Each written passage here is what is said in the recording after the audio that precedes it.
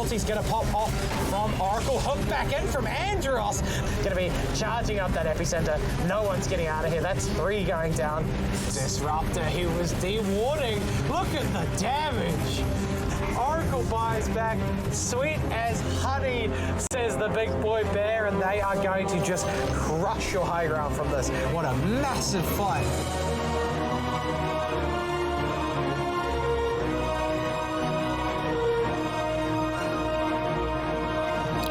Welcome back, ladies and gents. It is day 2 of week 1 of LPL Season 2 2020. We kicked it off with a hella day in day 1. Day 2 is looking even better, and you're joined again by your casters GTH Dota and the WanderingBard. How good was game 1, man?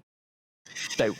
Day 1 was incredible, GDH. I really loved it. Obviously, we did have to deal with only having one match to focus on. There was a forfeiture by Sigma Legacy, but that just meant we could focus entirely on Crossfire versus AGN, and what a series it was.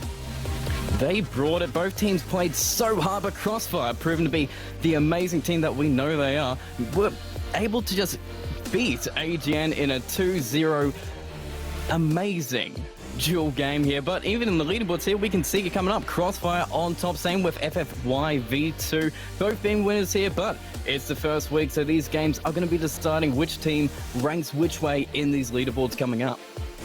Absolutely. Of course, the other 4 teams are playing tonight. Right now, we've got 2 best-of-2 matches coming up featuring those other 4 teams. Oracle AU versus Internal Discord. That's going to be a scorcher, as well as ToOnz Reborn versus Neet Uprising, our defending champions from last season of LPL. That is true. They are back for Avengers, but the first game tonight is looking pretty amazing. Oracle AU versus Internal Discord. We didn't get to see Oracle last season, but they are back at Eternal Discord. We remember them from last season. They brought a different flair, and all their games were just amazing to watch.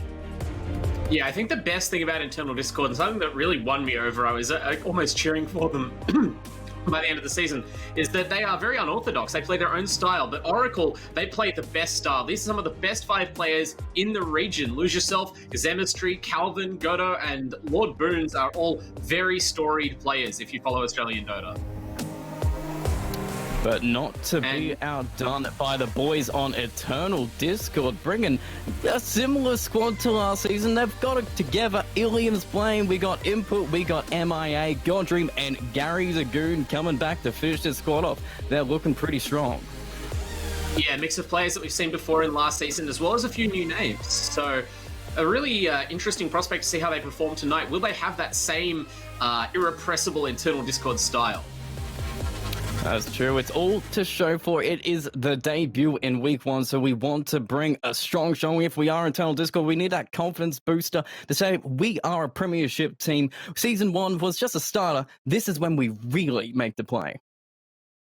Yeah, exactly. They've got a lot to prove, especially with the new players in the lineup, so we won't waste any time. Let's get straight towards the game. Internal Discord versus Oracle coming up first, and then obviously I'm looking forward to seeing Neet's Uprising make their return to LPL Dota later. But we're into the draft already between Oracle AU that is, and Internal Discord. Last night, did you see drafts that you thought were around about where you expect for this patch? Well, it seemed, just to be the patch playing out again. We saw the Sniper came out. That's the patch right now. So support Sniper. I don't know if I'm looking forward to seeing him, but maybe one of these teams will pick it up. Yeah, I mean, it worked very well last night. We saw the power of it. Obviously, Sniper, a hero that, hasn't traditionally been a support, but teams have really started to hone over this sort of lengthy patch, the art of playing support Sniper in lane. And then obviously once you transition through to that Aghanim Scepter mid game, it is so powerful for controlling space in team fights. We're banning out some of the other meta heroes, Enchantress, Lone Druid, these powerful pushing heroes that can really lead to you ending a game early. That's right, like the Lycan that you were mentioning yesterday. Really a popular ban from both these teams. Just make sure nobody's going to play him. But so far, Oracle will tell Discord they're not focusing there. They're going for Lone Druid and Enchantress. Yeah, exactly. I mean, there's still plenty of bans left to eliminate the Lycan, but I mean, Team Oracle, I assume, have a couple of players who are capable of running a lycanthrope, so it may be that they just leave it in the pool and force Internal Discord to spend a ban on that hero, which many pro players have voiced their regard might be a little bit overbalanced in this patch. maybe just a small bit. It's a more safe ban zone. Necrophos, Embers being taken on a pool. Visage, kind of out of nowhere there. Yep, we're targeting some people's heroes now. Lord Boons loses his Nature's Prophet. A hero is very powerful right now on the patch. But yeah, these two teams, I'm sure Internal Discord are familiar with some of the heroes Team Oracle play, probably the other way around as well, so always room for a little bit of targeted banning. The Ember Spirit is such a strong hero in this patch. I just want to comment, that's another hero that we saw banned last night repeatedly, and to no surprise, is already the most popular hero, I think, over several seasons of LPL Pro play, and this patch just looks unstoppable in the mid lane. Oh yeah, he's just so flexible. He can build whatever he needs. If he needs someone to clear up creeps, he can just go Battle Fury. If you need somebody to blow up heroes, you can go the magic build. There's just so much flexibility in Ember these days. I don't know why you wouldn't want to pick it up, which I guess that's why you do ban it every single time. Yeah, absolutely. It's just a very risky hero to leave in the pool with such skilled players running around. A Bounty Hunter ban rounds things out for Team Oracle, and a Chen ban for Internal Discords. They are definitely trying to guard against the early push, and now having removed both Chen and Enchantress, you kind of secure your lanes from some of the worst available harassment by those creeps. Yeah, the spag domination that we got to see last season, every single time we picked up one of those heroes, he destroyed the lane. That's why we're not letting any position 5s or any players play these heroes. But what we were speaking of before, Lycan is still in the pool. They've avoided that hero. Are we just going for a bit of a different draft system? Yeah, I mean, look, they've left in the pool on purpose. You don't just forget that Lycan's in the game of Dota 2 at the moment. So they challenge Team Oracle, and Oracle go with their namesake. I wonder, is there an order from the bosses? They send it down the line. Okay, boys, pick the Oracle. You gotta pick him. Show them who we every time. And all just right, throw so a little Team Discord in there, Treant. Yeah. Team Oracle versus Team Treant now. This is the naming convention we're going with. And Quap as well for Internal Discord. So very strong lanes is what I'm seeing there. But doesn't Oracle purge most of what Quap's going to throw at you? I mean, Oracle's purge is useful against a lot of different heroes, but the fact is that you're not likely to be matching those heroes up against each other. I'm not saying it's impossible. People have really discovered the joy of putting Quap in all lanes lately, but in general, the Quap can just lane in the middle or lane in the safe lane. The Oracle, probably a safe lane support.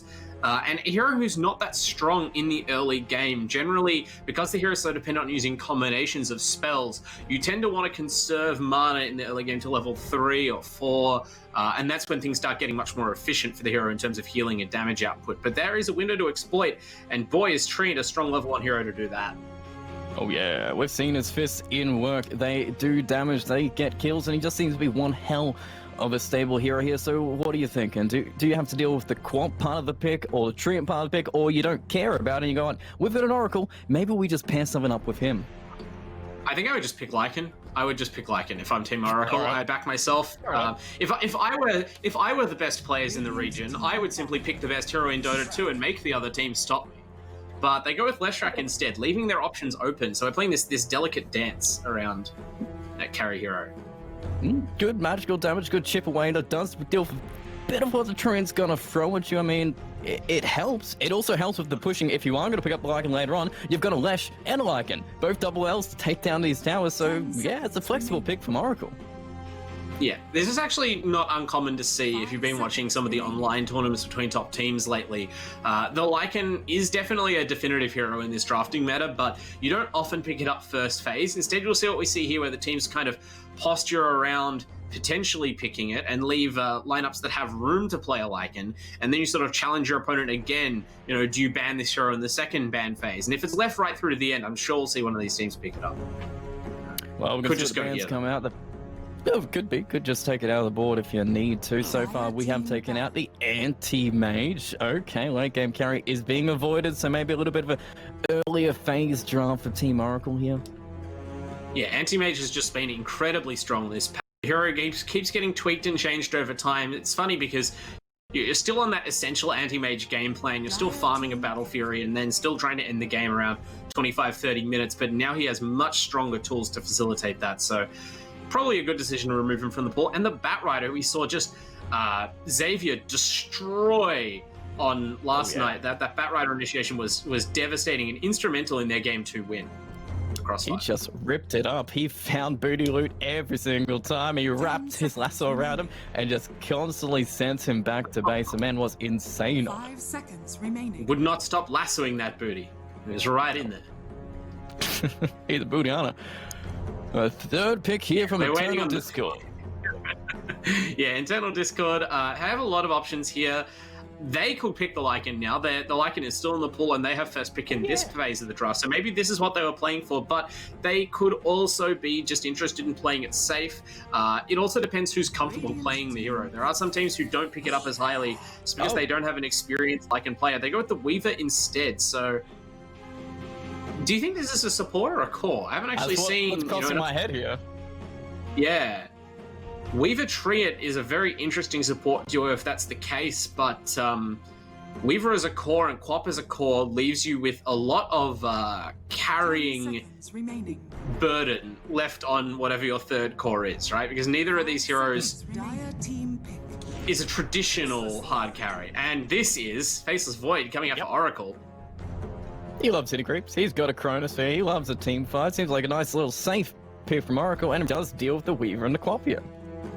Yeah, you are, I won't say countered, but you do have good counter play in the Treant Protector. Obviously, it's pretty easy for Treant to stay out of the Chronosphere and then counteract with the Overgrowth to root the Void in place during the ult. But yeah, you neutralize some of the mobility, and obviously the only thing that really works on Weaver, although if it's a support Weaver or an offlane Weaver and you build an Aghanims, then yeah, the Weaver can actually be a counter, another save against the Faceless Void with the targeted time-lapse.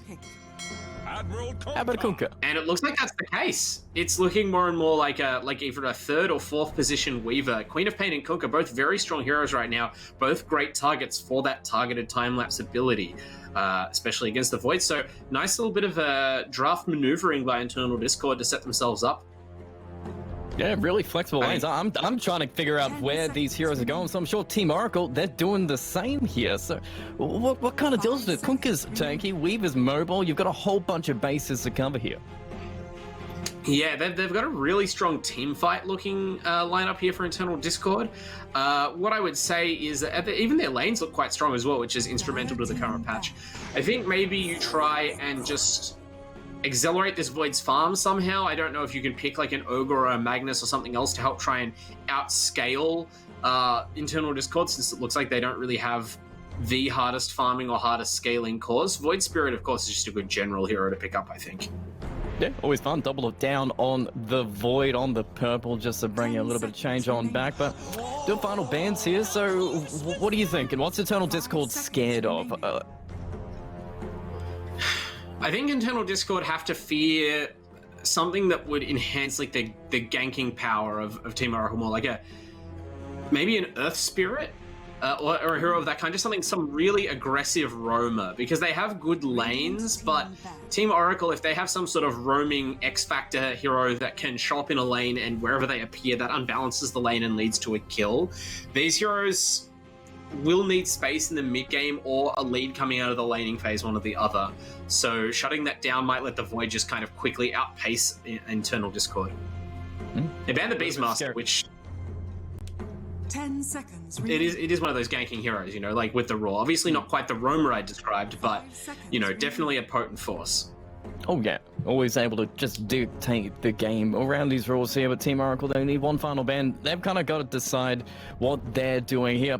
Steve, what are you thinking they're missing? Is Quap going to be support? Is Weaver going to be support? Could maybe you fit a Winter Wyvern in your draft to counteract something? Okay, they ban a Razor, which means they do think the Weaver is a support. I think the Weaver could definitely be a support, so you have the flexibility here to pick another core. I'm not sure what core you would pick. I think if you picked something that gave you like strong tower killing, you could be in a good spot. Or this would be a match. I know I dunked on the Spectre last night, but if you pick something like that, another late game carry, maybe even something like that counters the Void effectively, perhaps the Wraith King, although I'm not sure how it would fare against the Timbersaw, but I'm saying like they could pivot in either direction, right? They could pick something to emphasize an early timing, or they could pick some insurance and let Queen of Pain and Kunkka just be their mid game that then transitions into a third core that's harder farming. They really have options. It's a great draft. from Eternal Discord. It's always great to see when you're at the end point of your draft and you have so many different ways to go that work. So Eternal Discord really having some great drafting here against Team Oracle.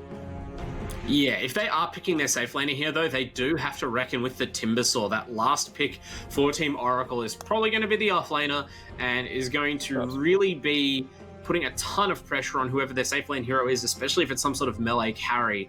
It also means that Team Oracle have decidedly settled into that mid-game time. It looks like Oracle and Leshrac supports. Their laning phase is going to be mostly farm-focused, but very strong to match up what Internal Discord have presented. And then you know that once that Timbersaw and Void Spirit have items, they will be going hard for the team fights. So, you know, Internal Discord, we mentioned their team fight is definitely not weak, but they have to decide whether they're going to meet Team Oracle head-on or try and play around them. I guess we'll find out. All that reserve time's being used up to make this decision. I'm sorry to tell Discord they're trying to figure out where their lanes are 100% going. Who wants to play what here? They do have a kind of a lack of disable with the 4 heroes that they have here, though.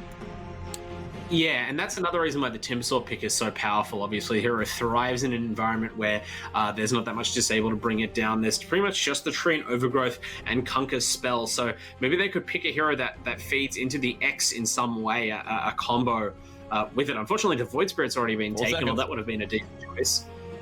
Yeah, well, exactly. It's going to be Troll Warlord. Troll. I was going to say Ursa, but Troll Warlord, definitely a better scaling hero in this patch, and very powerful against the Timbersaw, and even the Void Spirit Burst. You've got that ultimate to save you from death anytime that you can activate it, and potentially burst down a hero even if you're losing the trade-off.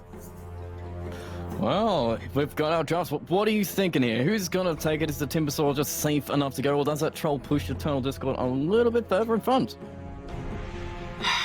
Okay, you know what? I'm going to give some credit here. Internal Discord, I really like their draft. I'm going to tip them to make the huge upset and give Team Oracle their first defeat in the LPL Dota 2 Pro League. Being brave here. If I'm correct here as well, this is a position for Kunkka. It could be, I suppose. Yeah, that's interesting. Yeah. I mean, look, any of those first 4 heroes could have been supports. They could have had Quap Kunkka support if they really wanted to, but I would not have called this. I suppose they just don't like the lane matchups that Kunkka had against any of these heroes, but core Kunkka has been so strong lately that I'm really surprised you wouldn't lock that into a lane. So we'll have to see where these heroes go to. Of course, we've got Lord Boons lining up on the Oracle as the support, Microfiend on the Leshrac, Hales on the Faceless Void, Zemistry on the Void Spirit, and Calvin playing the Timbersaw. And then against their Internal Discord, it's going to be God Dream on the Tree and Input on the Queen of Pain, Gary the Goon on the Weaver, Ilium playing that Troll Warlord, and the Kunkka player MIA.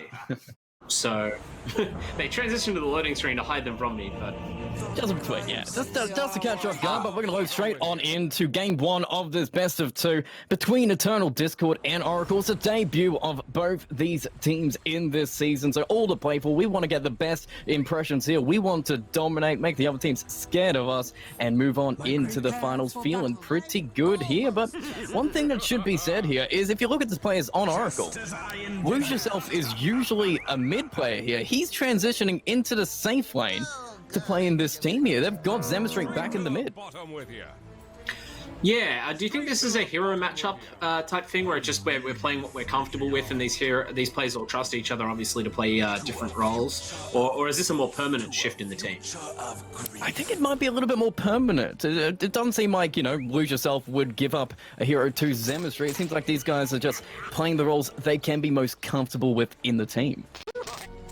Okay, well, I mean, that's an interesting development, obviously. It shows that even in these sorts of stacks with very known players, there's still little kinks to be worked out in the play style. As the heroes line up around the runes, of course, we do want to quickly thank Vodafone for supporting us and all of LPL Pro League Season 2. Very grateful to all of our sponsors for helping us get these leagues together. And looks like we're seeing a little bit of action up there in the top lane. Heroes circling around and pressuring under the Dire top tier 1. And there's the first blood, actually. Yeah, Microfiend running down the Treant Protector on that Leshrac. Big damage. So with the Leshrac and the Timbersaw, I mean, you don't mind dying on a Treant, but still hate to give up first blood. before the Well, running. maybe they give up the rune instead. Gary can't actually steal it between, and Hales is going to go right back to the lane. So yeah, first blood already given to Oracle. Not a great start, but then again, it is just the tree. If you're going to be out, if you're going to kill any of the heroes, maybe the support isn't too much to trade here, and to the support Lesh. Yeah, I mean, normally it's the Treant scoring the first blood, but you haven't really changed the lane dynamic too much. I can't imagine that many, consumables or anything would have been spent. And so we pretty much just a couple of 100 gold. Someone gets an extra set of tangos or their first stat item early, which can make a difference. It does. And actually, the lane situation from ToOnz, this got a little bit flexible. Ilium is playing the mid troll against the Void Spirit, and we're having a safe lane Queen of Pain in the top lane against the Timber. Yeah, so both teams, it looks like chopping and changing their laning matchup to try and either avoid certain hero comparisons or to simply get their players comfortable in their roles. And I gotta say, input Queen of Pain running up against the Calvin Timbersaw, that looks like a win to Eternal Discord. Surely this is the matchup you want for Quap. Oh yeah, it's much better than the Troll Warlord going up against him, and Lord Boon, he's going to be losing his career. So Gary Dagoon in position for Weaver, so it is Cool Kunka, support Weaver. Yeah. Weaver's able to run around and steal all these couriers, so Eternal Discord feeling pretty good at the start here. Yeah, these lanes look decent for them. Yeah, Oh, hang on. Yeah. He might die. There we go. Okay, they feed a Kunka, but other than that, it's alright. Yeah, Gary the Goon ran off to kill the courier, but in return, Oracle kill his core, so who's the real winner? The Void. It's Yeah, the I mean, but that's yeah, top lane, There's so Carlin's much trying to run action away, going but the damage is building up. It's the magic. It's from Shadow Strike. He should be able to regen through it, so no kill, but he is very low in the top lane, and he can't sell until the Shadow Strike is done. Yeah, both those tanky heroes, the Tree and the Timbersaw, going at it, the eternal enmity between Tree and Machine.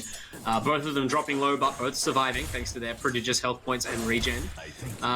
We got to see how Input can CS in this lane, though, because I mentioned the good matchup, but actually only 2-1 so far on the clock, getting really zoned by Microphine's Flesh.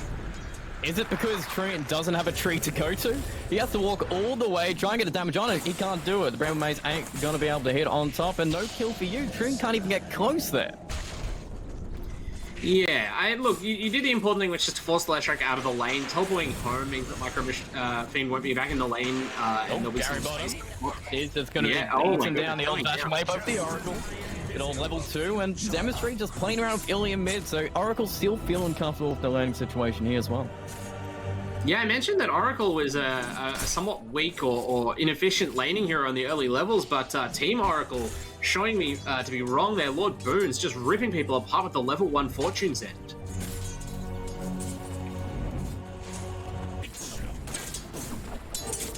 Meanwhile, now mid-matchup, we've got Ilium here on the Troll, just managing to keep pace right now with Zemistry's Void Spirit, which is kind of impressive. I don't suppose that matchup seems...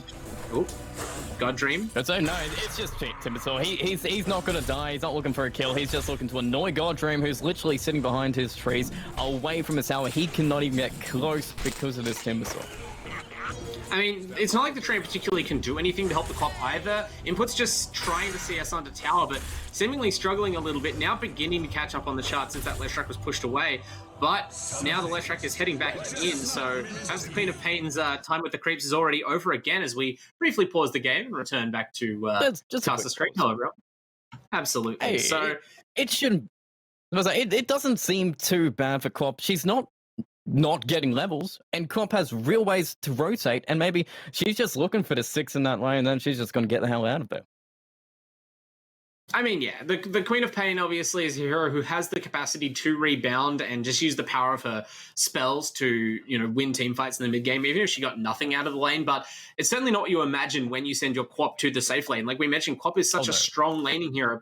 Part of the reason you move her to the safe lane is because you think you're going to get a better matchup there than if you had the Troll Warlord in the lane. And look, the Troll probably wasn't doing any better in that lane than the Cop is right now, but the fact that she's still struggling is, it's difficult for Eternal Discord. I'd say that sort of captures how their lanes are going in these first few minutes as a whole. They kind of drafted themselves some pretty good lanes, but they're still maybe not quite as they would want.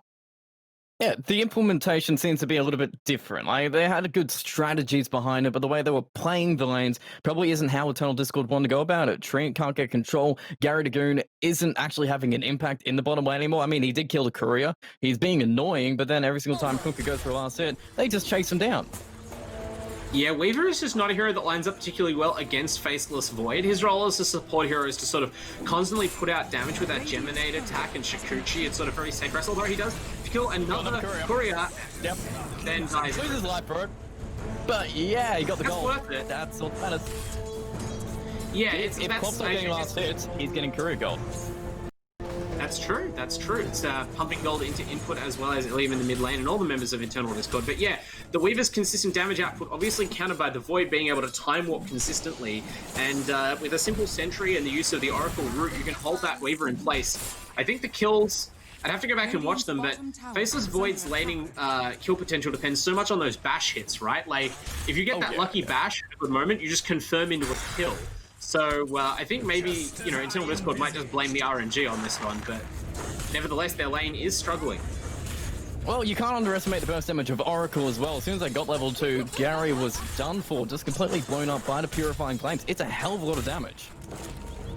Yeah, but typically you need the 1-2 combo of the Purifying Flames and the Fortune's End to come off, which should be hard to hit against a mostly invisible Weaver. They don't have a sentry down the lane that I can see. So, you know, more questions remain. That's one to go back and analyze on the replay. We saw some sorry pings coming out, so maybe that's something Gary can look at again. But at least the mid lane is going okay. Ilium on this troll really starting to pressure. I guess the root he's hit. actually rooted down. Just in way back, he's good. A golden thread. Even level 5, Void Spirit's a little bit slippery. Now they're going on MIA on the Kunkka again. Lucius is so aggressive on this Void Spirit as Gary rumbles back into the lane to try and defend his core. Really has to try and be present. I feel like if they were able to put more damage onto Lord Boons on the Oracle, it might encourage some of these kill attempts. But Boons doing a great job staying out of the lane, out of vision at most of the time.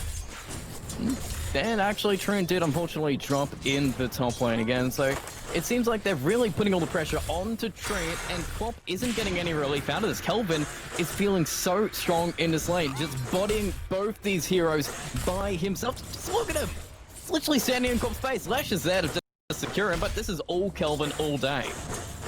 Yeah, it's worth noting, Inputs had to skill level 2 Scream of Pain, which I'm not sure whether that's just a concession to the idea that they're going to team fight early and you need that skill maxed, or whether it's about the CSing since he's constantly pushed under his tower, but either way, does limit your ability to control that Timber Saw with the dagger.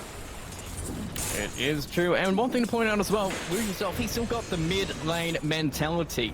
If he has a possibility of getting killed, this man jumps straight for the Kunkka, straight for the Weaver every single time to keep the pressure on. And speaking of pressure, top lane, Kelvin is just chasing down him, but they're going to actually put Nature's Grasp to slow him down a little bit, but it doesn't matter. He's got James, he's got damage, and he tanks him out. But bottom lane, I'm going to return damaging Mesa rotation bottom. They're going to actually get themselves a Kunkka again. Gary runs in, but then Gary runs right back on out. In fact, they're not even done. Just another chain through. Oh, Remnant misses, but Zemistry's not going to miss that kill. Takes a double. Yeah, Zemistry just exploiting ruthlessly the fact that he knows Ilium on the Troll Warlord can't make this kind of rotation this early into the game, but Void Spirit certainly can. Very powerful spells, tons of mobility, tons of disable, and when you're in the mid lane, your damage scale so far above the hit points of these side lane heroes easily cleans up the double. God Dream on the cleaning up a tree. Lash actually might go down. Be careful! The blink away. So that was leaving it very, very late. The Timber Saw was in motion. Gary's coming. He's level 3. What can he do? He's gonna try and get himself a Lash. Not happening. That's so sad. Rolls up and throws one Geminate attack and then just kind of shrugs.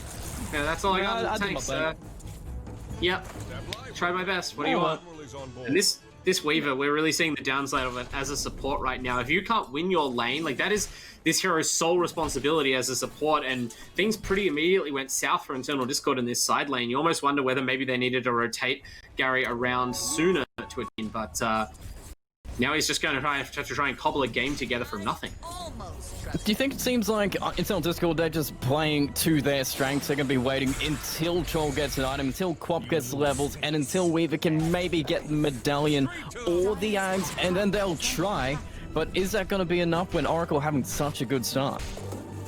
Yeah, well, we're definitely going to, like, plan B here, right? They pick these heroes. You don't pick a hero like Weaver and Quap and Trent to lose lane. But now that their lanes are losing, they're definitely going to pivot towards that team fight mid game. So we saw Quap, you know, maxing the AoE nuke, not her laning dot and control spell. And Troll is just trying to farm. Ilium staying tight in this mid lane, keeping up on CS to a degree, so that's great. It's good that he's not also, you know, trying to join fights underfarmed and feeding. Then there would be very little hope. That would seem a little bit sad, but it's big sad. Top lane, Leshrak, he's feeling it, but he's not taking any magical damage. Oracle's in the back, manning up, and they're just going to be chasing down the tree instead. They got Stun on top, a little bit of extra damage. Purge him down, but actually, lose yourself, kills the Conqueror in the bottom lane, and they're going to take a tree on top too. Make it a double instead. Oh, internal Discord, what can we do to stop this? They're just moving down to your tier 2s at this point. Yeah, this is what I mentioned about playing a high-tempo game plan. They didn't pick a dedicated like ganking support, but their cores have such killing power, especially the Timbersaw and the Void Spirit. Now they're able to transition out of a very strongly won laning phase and basically close off the maps. This is really the danger zone for internal Discord that we identified. Their heroes do need to get farm, they do need space. If they fall behind, they're not the best. And so now we're going to have to see them fight off that back foot. They will need to create a bigger team fight, hopefully around Roshan or at least a tower. Well, speaking of creating team fights, Zemistry's lining up top. Kelvin's already started this fight, partying onto Trent. Again, Trent's gone.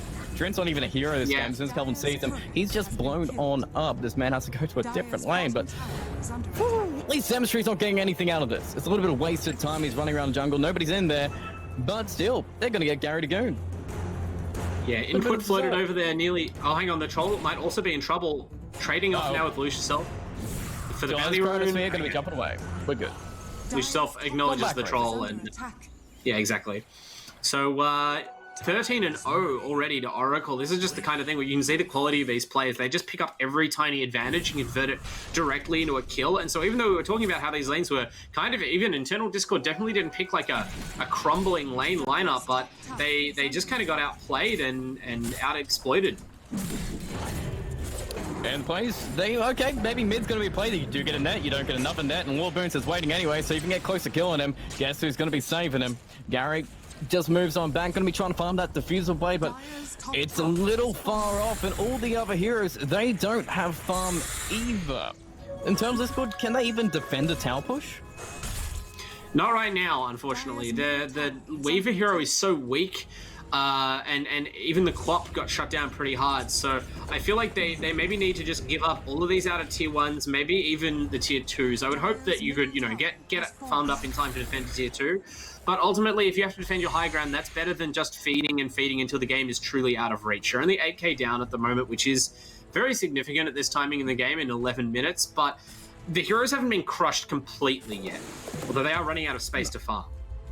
They're being suffocated in. God Dream wanted the entire top lane to be his. Nah, he gets a little bit of his tier 3 to defend, and even Kelvin, he's comfortably walking through the jungle into the mid lane, and same point of time, lose yourself, Zemistry, Micro Fiend, happy to push down another tier 1 tower in the bottom. They're just ready to keep this train going, and input, he's trying to farm a item. The man's gonna get himself a magic stick.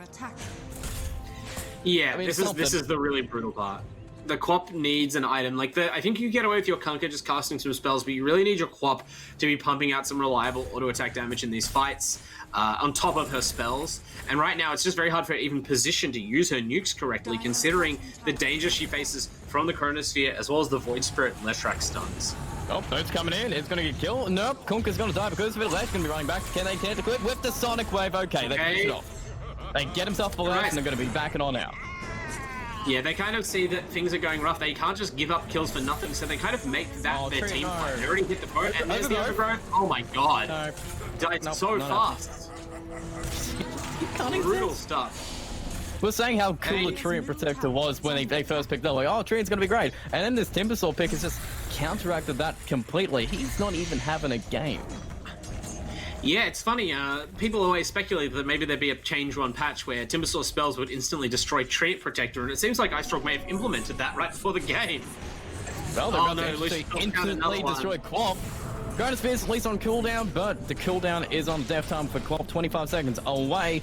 She's not going to be farming anything, but lose yourself and farm this entire wave. Timbersaw's farming up at Kunkka, putting out the chains. Gary's waiting, but Gary hits Timber. There we go. Gary helped.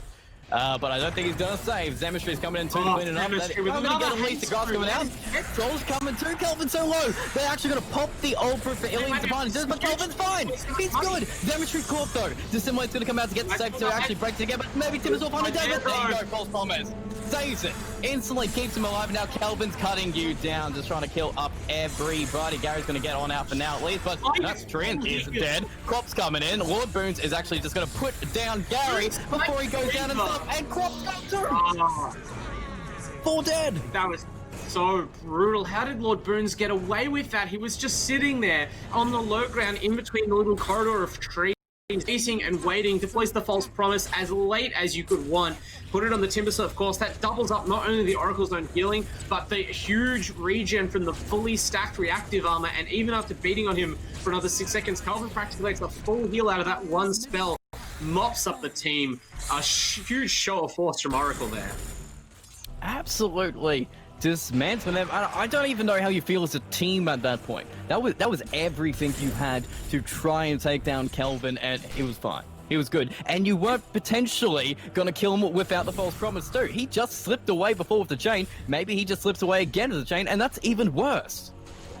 I think anytime that your team is like trying to all-in commit on a Timbersaw who's ahead of you like that, that is in a sense that kind of mad hope, right? You know that 99% of the time this is a terrible idea, but you're just hoping that somehow you fluke and kill him, and then maybe that would inspire you to go on. But oh no, they're going again. Discord, they are very, very far in the hole now. You know, the last few minutes have only seen them collapse further. They've lost all control of the map, and very quickly this Oracle lineup reached a point where any hero from Oracle is a kill threat on any hero from internal Discord should they show up in a lane. And at that point, how do you ever farm or scale as a team? Quap has the same amount of farm as Lord Boon's Oracle. Yeah, I mean, Oracle is kind of the kill steal support, but that is rough no matter how you look at it.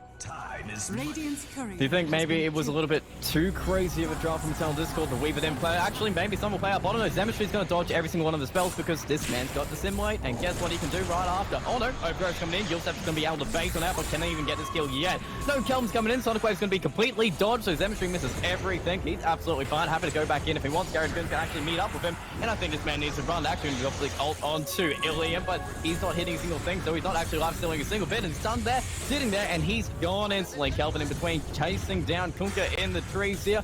Lesh is still pushing the wave in at the same time. He's not even joining the fight, and he's just going to hold down this Kunkka again for now. Casually dodge a torrent and take him to town, and with a Chronosphere too, you put down Gary. That's 4 dead. ToOnz pretending to be a tree at this point. Just, yeah, exactly. Wants to return to his people. Really, this walking around and fighting enemy heroes thing is not working out for Goddream. As he wanders back towards the base, and this is, like I said, a show of force from Team Oracle. You mentioned the draft. I actually liked Internal Discord's draft. I liked it the whole way through. I didn't think any of their picks were hugely compromised. I don't even honestly think this Timbersaw counters the Treant that hard. I don't think the Treant, like, counters the Timbersaw, but you know, when you think about it, the Treant doesn't need those trees in lane really to have an incredible impact guaranteed. It's more just that Oracle outplayed Internal Discord pretty significantly, and you know, you don't often say that on a cast. I don't want to say anything bad about the players of Internal Discord. I think they too understand that this is a really tough assignment for them, and you know, in the first game of the season, we are seeing the gap that the other teams have to close on the players of Team Oracle. Well, Demonstry just closed in onto Ilium here, gonna pop him like a balloon. And he's out of here with no buyback. In fact, Luke himself is walking at input. He will be able to blink back with like 0 health, but he will survive. But I don't think the same could be said for Trent, who's just going to use his overgrowth to try and walk away. But guess who bought a Yule Scepter? It's Demonstry, and guess who gets a kill? It's Lord Boons. Middle tower is under attack. That's all. I told you it's kill steal support. It's efficient. If you don't kill steal as Oracle, you're dealing less damage because your heal is running on the enemy that way. So you know it's only proper to use Purifying Flames to snipe all of the kills away from your carries and farm sick Oracle items. Hell yeah, Oracle loves his farm, but it seems like Oracle also loves to take Eternal Discord's base, just chasing Quap down, going for these racks, feeling so comfortable with an 18k gold lead, 27-2. We're only 18 minutes into this game. Yeah, we've seen this song sung before in Australian Dota. This is some real like team putting a class gap, a statement win over another team. And look, Internal Discord, there's another match in this best of 2. Things are not done. They will get to bounce back from this. Maybe this is their warm-up game. They look at this and they go, all right, we did 90% of a good draft, but we gave up some cheap kills in the bottom lane that really compromised our Kunkka. And then suddenly we go from winning 2 lanes to losing 2 lanes. and that can be all it takes sometimes. You always expect this Timbersaw to be huge, but I think this Void, as just lose yourself jumps in and insta-bashes the Clop for another kill. This Void getting out of control was a huge problem. And Troll ulting, but not being able to do any single bit of damage because people bought Fuel Scepters, and Gary, he's going to actually try and time glass himself, but he kind of gets worse back. He's getting closer to Oracle here. That is not what you want. And maybe he can get away. Nope. This bug more is Yule Scepters. 4 dead. Yule Scepters are fantastic, and Game 1 has been fantastic for Oracle, taking it in the best of 2. Toying with internal Discord now as GG is already called, so the game is officially done. Oracle winning as we expected, probably. Look, I made the pick. I thought maybe internal Discord had something up their sleeve. Maybe Oracle would be a little bit rusty, but no chance at all. Really, really quality stuff out of them. Really, it just seemed like the Oracle that we knew a couple seasons ago really just dominated with those crazy aggressive plays. It seems like the same team has just come back, and with a vengeance, they dismantled internal Discord completely, even with a pretty favorable draft. But I guess there were a few holes that kind of showed themselves. I mean, every draft is going to have holes. It's very, very difficult to, without the other team cooperating, draft a lineup that has no chance to lose at Dota. And we identified before the draft, like, you went in so hard on winning your lanes as internal Discord. You can't really afford to lose your lanes then, but they slipped away real fast. It did, and it seemed like Game 1 was slipping away real fast too, but we'll find out if they can bring it back in Game 2 between Oracle and Internal Discord. We'll see you after this short break.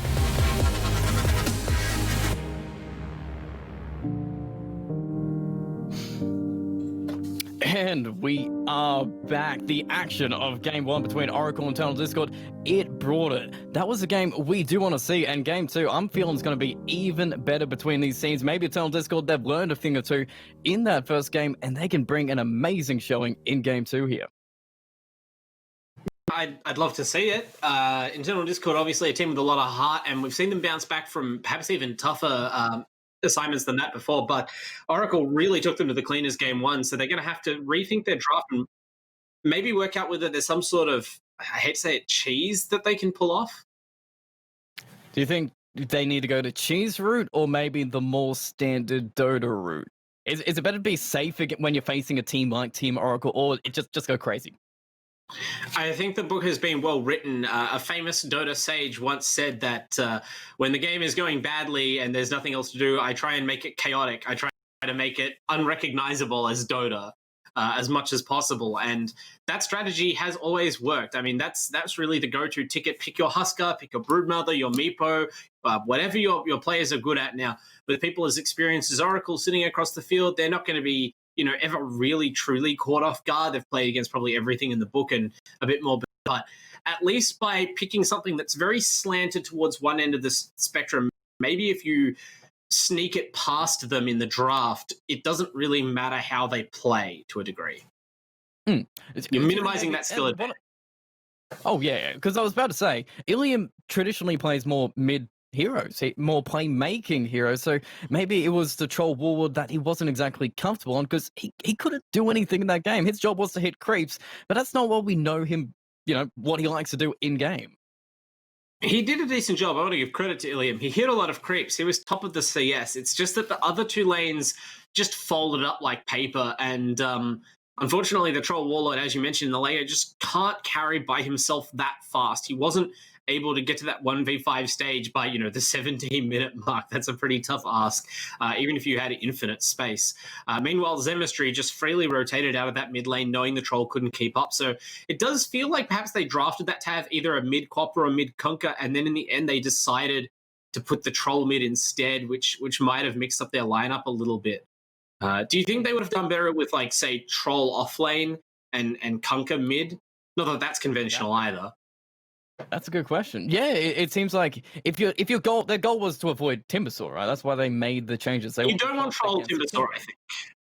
Yeah. So maybe it would have just been better to run that aggressive lane. Yeah, I mean, look, the bottom lane worked out very well for the Void, and I'd love to go back and look at the replay and see how exactly did those first kill or two go down, because that can be instrumental in deciding a lane, right? Like, once you get those levels rolling, sure, it makes sense that Lucius Health is able to constantly leap forward, bully the Conquer, bully the Weaver, get those kills. But at level 1 or 2, with just like Bash and Time Leap and Boons just having level 1 in each nuke, I'm still surprised that they managed to kill the Conquer. So I'd have to have a look at how that went down. Maybe if you have a troll in that lane, it happens anyway, but perhaps the blind from the whirling axes against the Void would have discouraged those early kill attempts. It potentially would have, because Gary was spending most of the time chasing down Couriers. He got 2 of them. Kunkka died, what, 4 times out of it? I don't know if Kunkka died that much. I know that Gary also took his share of deaths, but there were definitely a lot of trades of heroes for Couriers, which looked good on paper, but Lucius Health ran with the experience advantage that you get out of that, and the fact that the Weaver spent so little time in the actual lane did end up compromising things a bit for internal discord. But Kelvin, it seems like he's really comfortable in that offlane. He really just dominated what is a Quap favorable matchup. Do we just need to put some more focus on Kelvin when we are trying to draft here? Ban his heroes instead? I think the Timbersaw wasn't a 10th pick, but 9th pick, last pick for Oracle was a great stroke. You identified yourself. The lack of hard disable, especially in the early game, is always a green light for Timber. And even with the Quap in the lane, I think it was the presence of the Leshrac that really flipped things around there. I'm not saying Calvin didn't play great, but the Leshrac was the one zoning the Quap out, really bullying her, as well as keeping the support away. So instead of being able to stack up their disables on the Timber and wear him down with damage from that Treant Q and the Shadow Strike, the Quap just spent all her time dancing around stuns. He did. He just kind of hugged us down. Every single time they did damage to him, he had to blink back, and then he had to wait a little bit to regen to rejoin the lane. So it kind of counteracted how he wanted to play it. And really, his Treant Protector, it's basically been a fantastic pick every single game. We've mostly seen him got shot down so hard, he really couldn't even help Quap stay in this lane. Yeah, the Timbersaw pick, it to a degree countered the Treant's lane influence. I wouldn't say that Treant gets shut down as hard as some heroes. Obviously, you're quite tanky, so the Timber isn't as able to kill you. And, if you're going to punch Timbersaw, you may as well punch him for 100 damage in return for that living armor stack. But the fact that the Leshrac was in the lane as well meant that the kill potential on the Treant was actually really high. And the Treant can't really hit the Lesh either, right? Leshrac runs so fast, as well as threatening that stun. So when you consider that the Treant also wasn't able to sort of close through the trees, thanks to Timber studiously cutting them away with the Whirling Death in the early game, as well as the Split Earth, of course, destroying trees as well, and ground casting hitting through trees. They really put a lot of thought in how to lane in such a way that it would neutralize the tree's ability to secure the Quap's farm. Well, we'll find out what changes we're going to make. It's Game 2. We're going to get right on into it between internal Discord and Team Oracle. We'll see whether they, stick to their cards. I don't think Team Oracle really need to change too much with their draft from Game 1. I mean, yeah, they might not draft the exact same thing, but certainly their drafting strategy looks like they understand this patch and they're ready to dissect whatever internal Discord throw at them. I mean, that's what happens when you have such great players and such broad hero pools. You really have a lot of leeway to outdraft your opponents, and they use that to its fullest. Are these identical bands? Like, I'm getting yes. deja vu here. Fair enough. These are the exact same bands. Slightly different order, but the same bands. Visage as well, though. Visage needed to be banned twice. Yeah, I mean, Visage has been banned both games. It's a strong hero. I don't really know what to add other than that. Obviously, summons are quite good at the moment. Visage a great pusher, a strong laner. I'm not sure why Oracle would specifically ban it. Maybe they know something that we don't about internal Discord, or maybe they rate the hero very highly, but nevertheless, it's gone. So on to the picks, and we didn't see the Lycan at all last game, which kind of surprises me. It's the kind of thing where I almost want to look at the patch notes in case someone very quickly nerfed the hero while I wasn't looking. But I'm sure someone on one of these teams is going to be baited by the wolf if he sticks around in this draft for long. Well, I guess we'll see. Reserve time already being used, so the standard picks that are still there. That they're not really jumping to anything yet. Team Oracle still feeling comfortable. They won't be able to use their traditional position 5s like the Enchantress or the Chen, so they will have to change something here. But the Grimstroke, the Lich, the Bane, all these popular heroes still in here. Yep, Oracle. All right. God damn it. It's in the name. They can't not. But Rubik, much more standard opening from Eternal Discord here. Yeah, this has been an interesting patch for drafts in that teams don't always open with their 2 supports, but Internal Discord trying to preserve their core matchups as long as possible. And Rubik and Bane, pretty strong support duo to combine. Also good to make sure that you have the Rubik when you pick the Bane up, so you obviously work around one of the weaknesses of Fiend's grip on an otherwise very strong hero currently, the Bane Elemental. Team Oracle, they have the Oracle that's going to counter a lot of what Bane does, so you don't mind it so much. And Lord Boone's maneuver definitely on that Oracle in game 1. It's a great support hero in the hands of a master, and there may not be a better player in the region to handle it. That man was comfortable as all hell, just chasing down Weavers, Kunkers, or whoever the hell hero was, and securing those kills. Do you think that Team Oracle are just going to first pick Oracle every game for this whole season just to make a statement? Yep. Did teams start banning it? They wanted to ban it. But Clockwork, yeah, true. That's it. Flexibility there. Yeah, definitely. A more flexible hero than it was even a couple of patches ago. The Clockwork, it's been a strong support for a little while. I've been a fan of it, but now recently there's been some changes. The scaling of the hero has improved, gained a very powerful Aghanim Scepter over the old one. Not that the old one was terrible, but now you've got this real multi-threat hero that can be your, farming core to a degree. I'm talking like mid or third position, or a potent aggressive support. That's true. The man's got some flexible nature right now. If seeing the Bane and the Rubik there, do you think more support, or do you want him in core just to disable both these heroes? I think this is potentially a game where you put your Clockwork in the offlane for Team Oracle. I mean, it depends obviously what Internal Discord pick up, and that's the advantage of picking these flexible heroes, is that you have the luxury of waiting until the end of the draft to really decide where you're going to lane. But certainly Rubik and Bane are juicy targets for a farmed Clockwork to run down. The stun decimates those heroes. Speaking of big, juicy targets, the big man himself, Bristleback, being picked up by Eternal Discord. Yep, so this is a good front line. Obviously, you've just secured your back line, and Bane and Rubik definitely want someone up front, providing some sort of barrier so they can do their work safely. Bristleback is that to a degree. Obviously, doesn't have disables, but just kind of like a traditional meat shield and damage wall. Bristleback play last night didn't go so well, though, so I wonder whether the hero is that well positioned currently.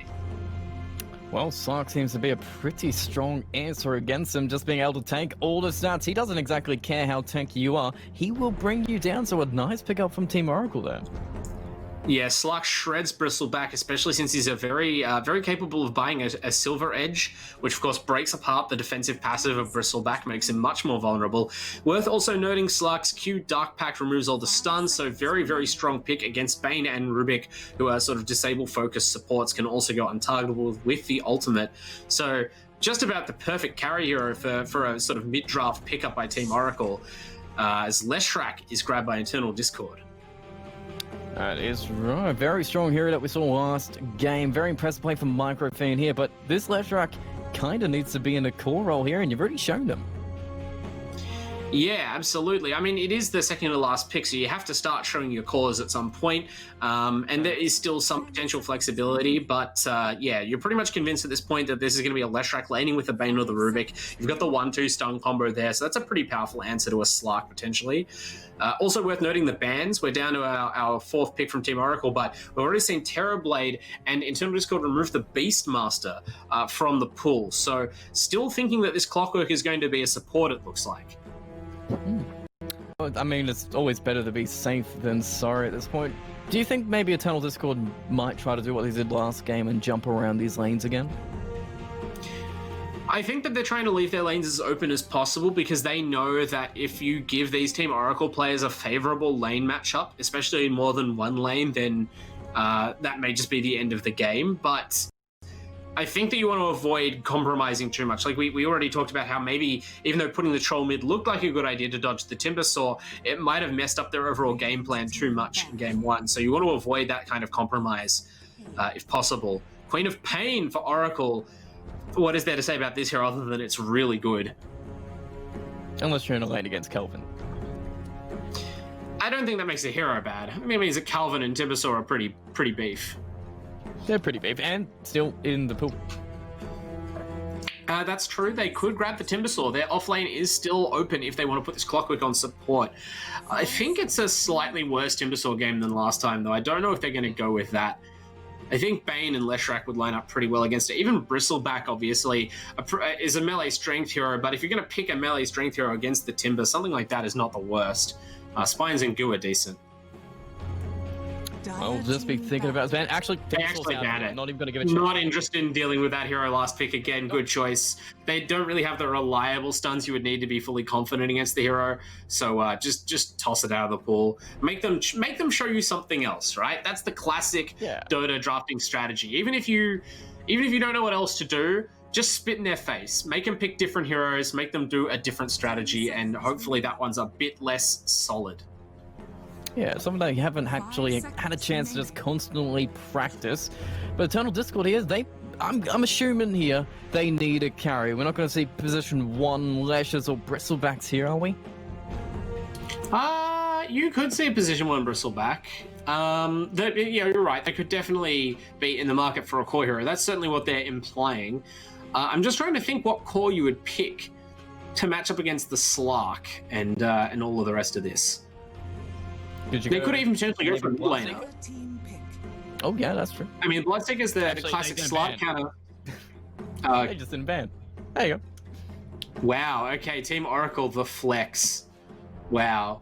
Do you think that was intentional, or that is a pretty big disrespect move? Okay. Wow. Just intentionally forfeiting their last ban for the sake of. It's hard to argue mind games at this point. Just absolute apathy. They're using it as more extra time. They were valuing the extra seconds to think about the Mars pick. Whoa. Okay, so this is their offlaner, right? And that's a pretty strong Kelvin hero, and Ember to finish it off. Wow. Okay. Interesting. I mean, like I said, the Bloodseeker you mentioned was a counter to the Slark, but I worry about the Bloodseeker against this Clockwork. So they go with the Ember instead, a hero that's less all-in on not only countering the Slark, but also kind of like winning the lane and snowballing for a hero that's not the most potent laner, whereas we just had a whole spiel during the Game 1 draft about how strong Ember is at the moment. Hard to see Ilium struggling this hero in the early minutes, so giving himself the best chances against his Emistry. Who do you like in this draft?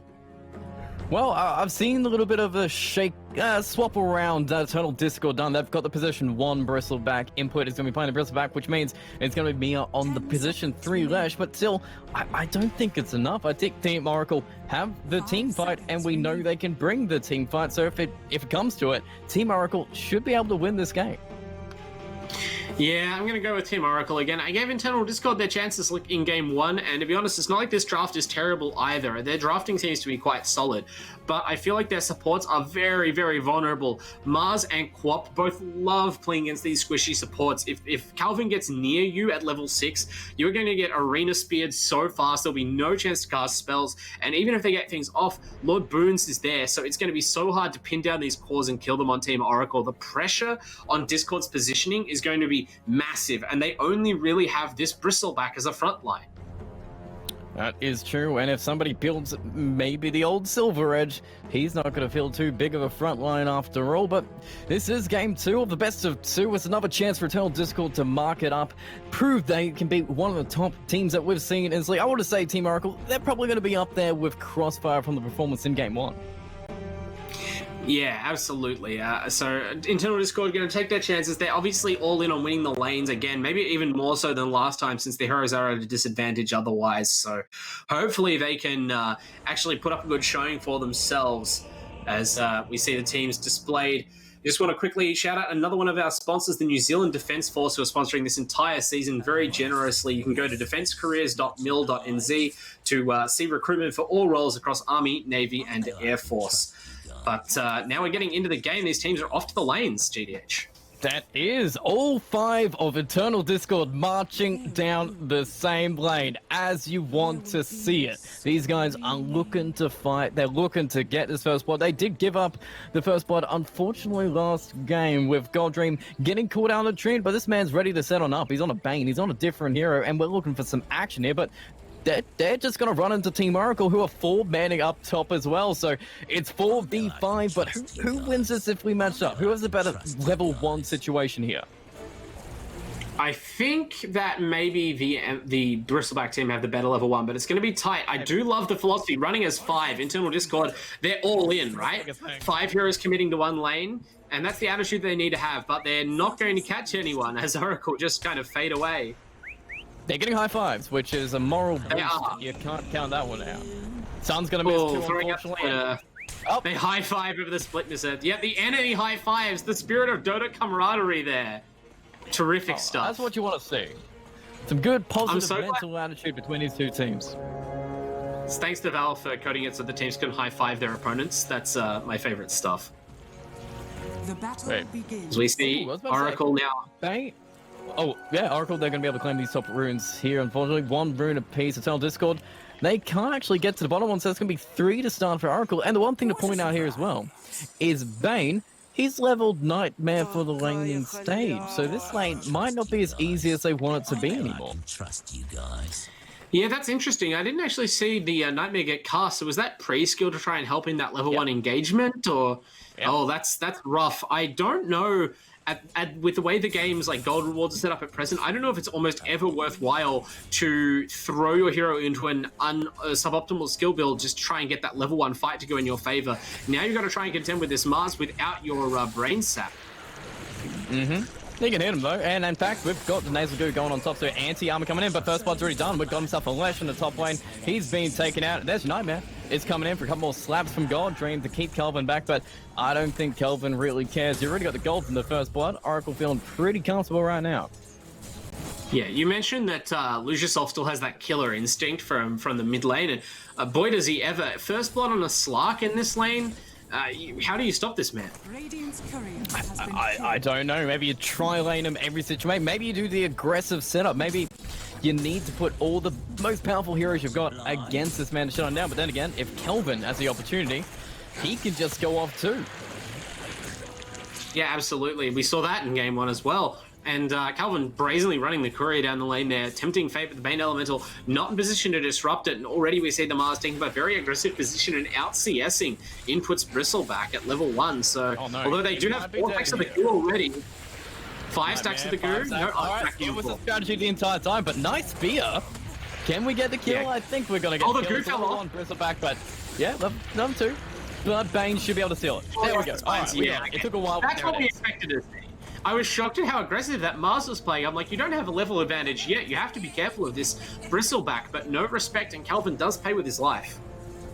That is true. The entire time Clockwork was pulling a wave.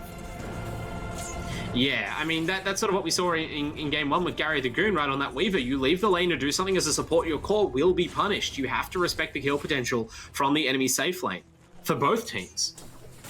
This mid lane seems to be pretty comfortable for Zemistry right now, but it's even between Ilium, so he's on a much more, playmaking hero, much earlier timing hero. Ilium might actually have a big impact in this game on December.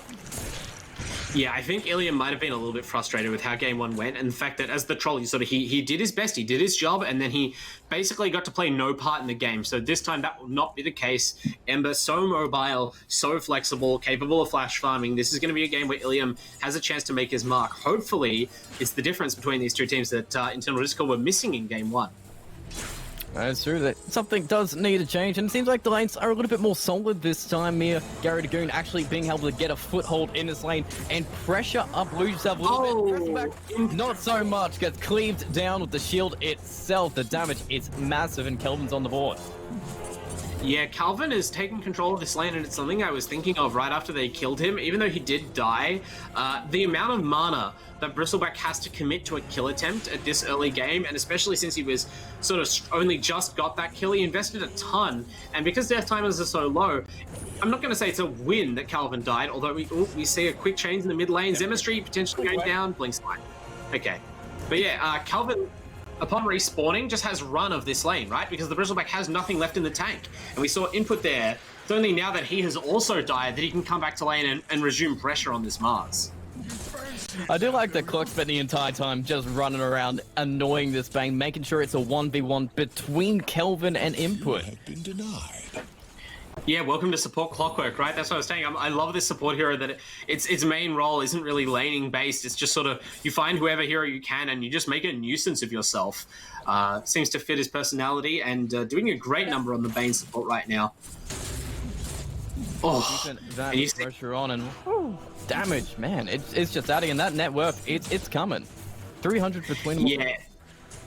We're going to need to see some sort of regen item on this Bristleback, after which I think input's going to be okay in the lane. But right now, Calvin is taking full advantage of Mars's constant damage output with that shield bash, the God's Rebuke. Obviously pumping out a ton of damage along with some pretty good auto attacks. And there's not much that input can do about it. Calvin is just a better brawling hero at this point in the game. Zemistry killing Ilium under tower. Get Ilium. Just jumps on in, gets a nice little rune. He's happy to take that kill and put him on the board, but and now they've got the Bane. Find himself God Dream. Nice nightmare. Does get off on clock. Can he get the runes? Bane's gonna get it. That's all what this is about, is running to get runes. In fact, Kelvin's gonna help him. You can't pin him to the tree. He's just gonna steal your rune and go right back on home. I admit I didn't even check, but was Calvin's Spear of Mars somehow on cooldown there? Why did we not see the stun come out? That was very interesting play. Yeah. Maybe they thought they could get a kill and he was just holding it to secure it. I think that was it. I think he was holding the spear to try and allow the battery assault and the power cogs to run their full duration. Whether it's about conserving mana, he doesn't have a soul ring or anything else like that yet, but whatever his decision-making process, the Bane was able to cut out of the cogs, get a big push from the mana burn onto the bounty rune, pick up the bounty runes, and then leave. So that kind of backfired, but overall... Top lane though, we've got a fight with found herself Mira on the ledge, and he's stuck inside a cogs. In fact, this might be he's gonna die. Fight between two. Oh man, he's run away from Zemistry, but it ain't gonna matter. You're behind yourself, but guess what? Everyone's gonna follow you there and take you out. Yeah, this is maybe not the lanes I would run with. I would have thought that maybe you have the Bane Elemental with the Lesh and put the Rubik in the bottom lane. I guess that this is a better setup for the Split Earth, since you can't like Oracle Purge the lift like you potentially could the Sleep. But yeah, we're seeing the vulnerability here. Zemistry actually yeah. Killed me. I was hoping I'd have more time to finish my sentence, but Zemistry just killed people too fast. Ilium now. Why did he show himself? The jerk! Oh, the bait. He's getting bottle charges. He's looking all right. We're actually going to give up. Oh, no, man, he just lit the self-delivery to get away. I'm actually... You commit to that sick bait, and then you actually... You get your bottle charges off and you run. His Sleight of Fist was back up. Surely you chase. You get the slight chains. It's a low-level blink on the clock. It's going to be a while. You've got your Rubik there. You've got to go for the big kill on Zemistry. Oh, you do, but at least you survive. Like, you're not feeding even more kills, because this man's having a great game. 2-0-1 already. Yeah, definitely. And it's worth saying Oracle up 3k already in the laning phase. Now, granted, that's about half the advantage that they'd wrought themselves by last game. So the more conventional laning picks from internal Discord are bearing fruit right now, it must be said. But Oracle's still with the edge, and this Slark dangerously farmed. Zemistry, very low mid, not really feeling scared of Ilium right now. He's already popped his load. It's all fine. So at least he is playing still a little bit aggressive here, but yeah, the gold lead is still mounting. The lanes... Okay, there's a fight down the bottom lane. Zemistry rotating towards it. Yeah, they've gone better for sure. This is something where now we need Ilium to find space to farm, as the top lane is just struggling to contain the slot. We need something to answer him, yeah. It was going to say, when we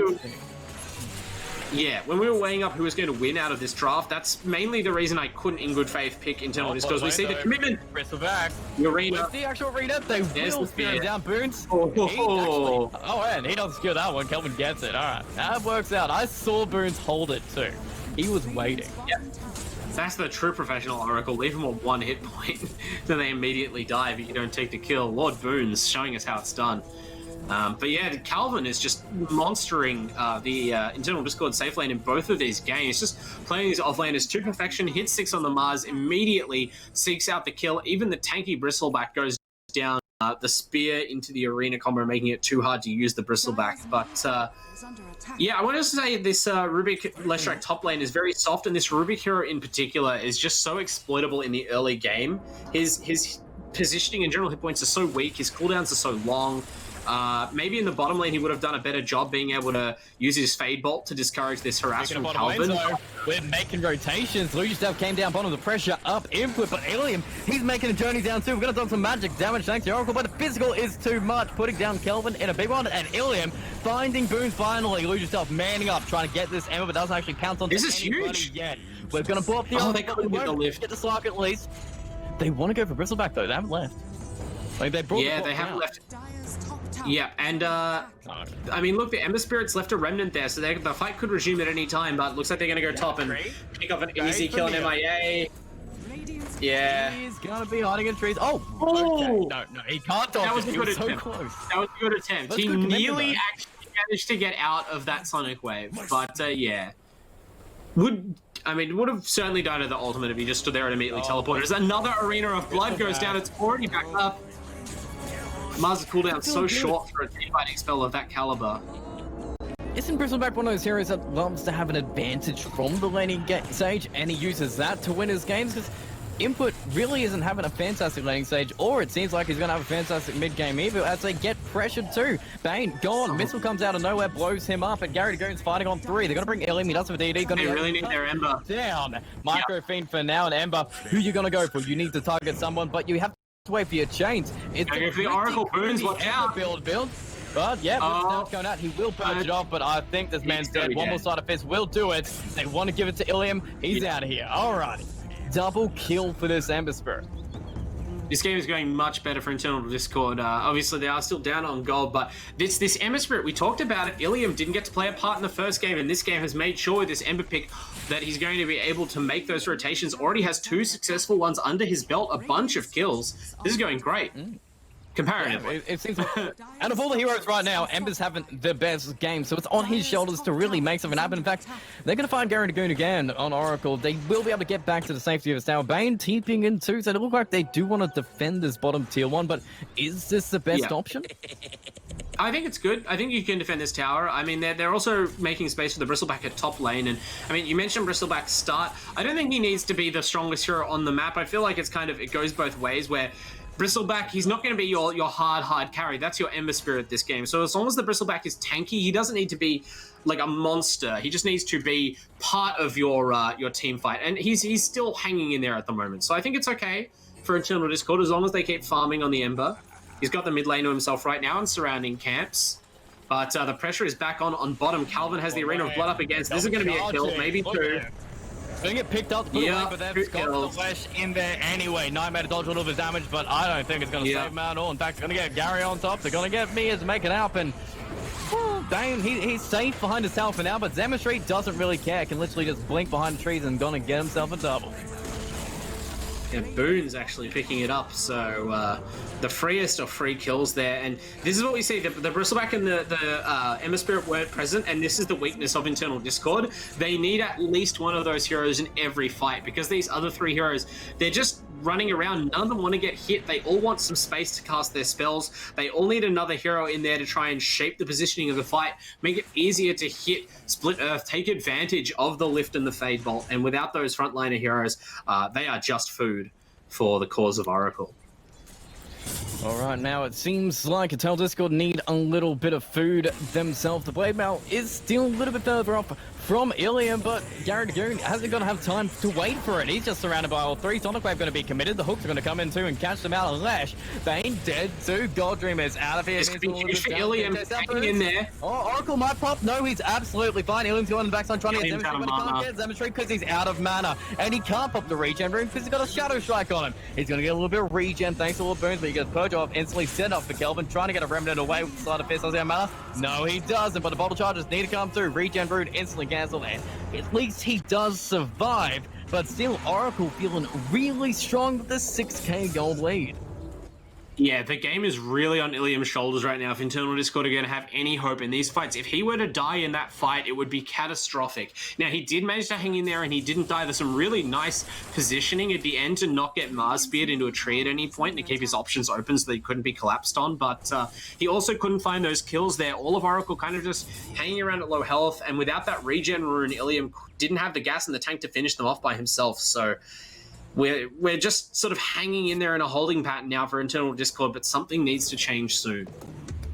Well, just changed to a 7k gold lead if that makes you feel a little bit better. But at least Bristleback, he's been getting some space. He's got 4k gold worth of farm right now. He's evened up with Ilium. Maybe the gold lead is a little bit in Oracle's favor, but still, Bristleback is getting the levels, the XP, and the time to take a tier 1 top for a little bit extra. Yeah, like I said, they're hanging in there right now. Oh, nice dodge by Ilium. Will not get Spear of Mars, so... Calvin tried to catch him napping, acknowledges it with a good game, well played, ping.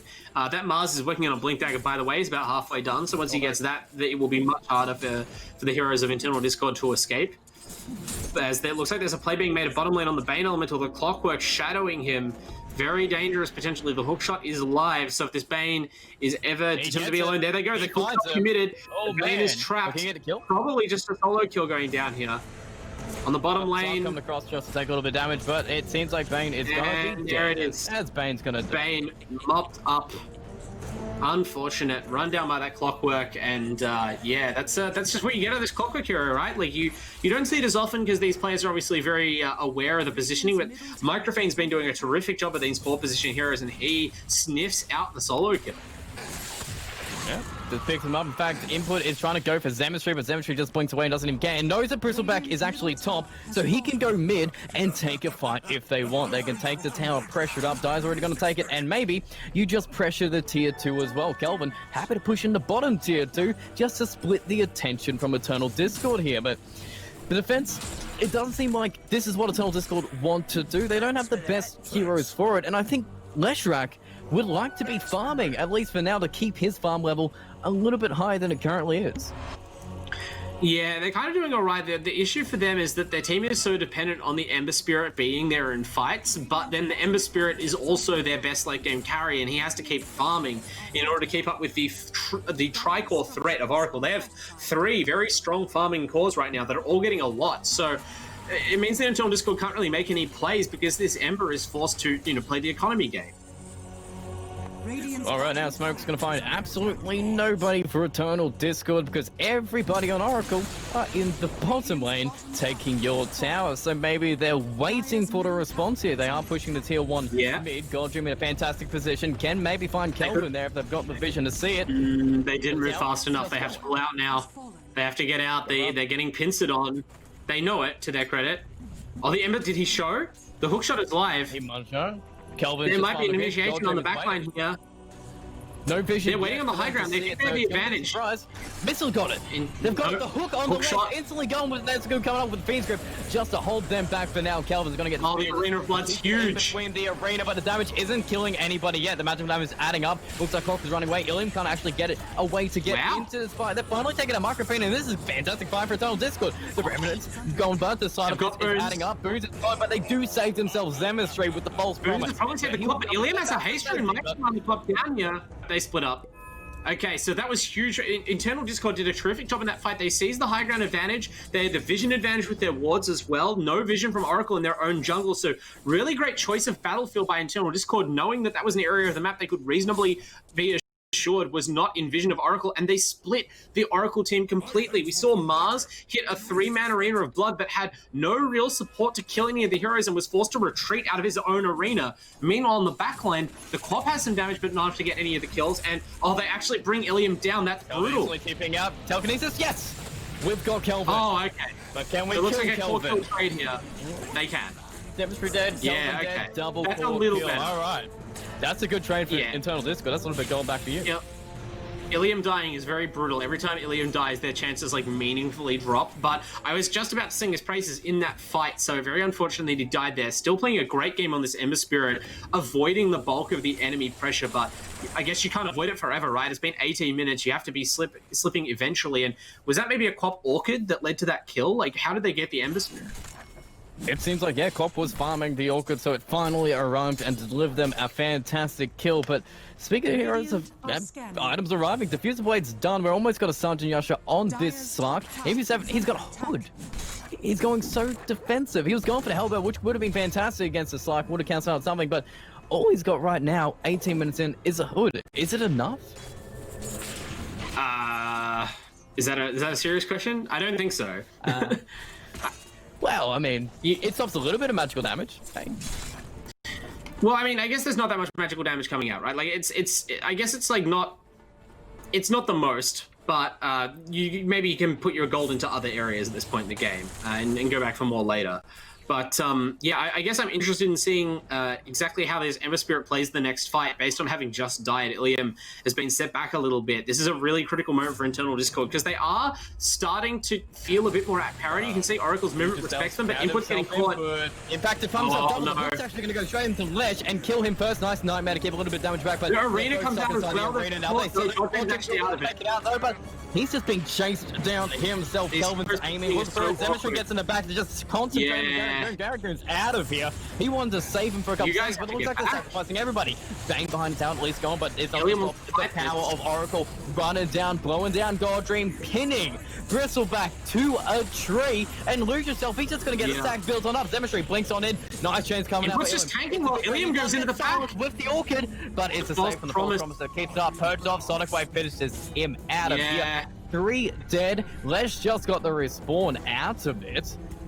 Oh, it is not feeling great as an AK 923.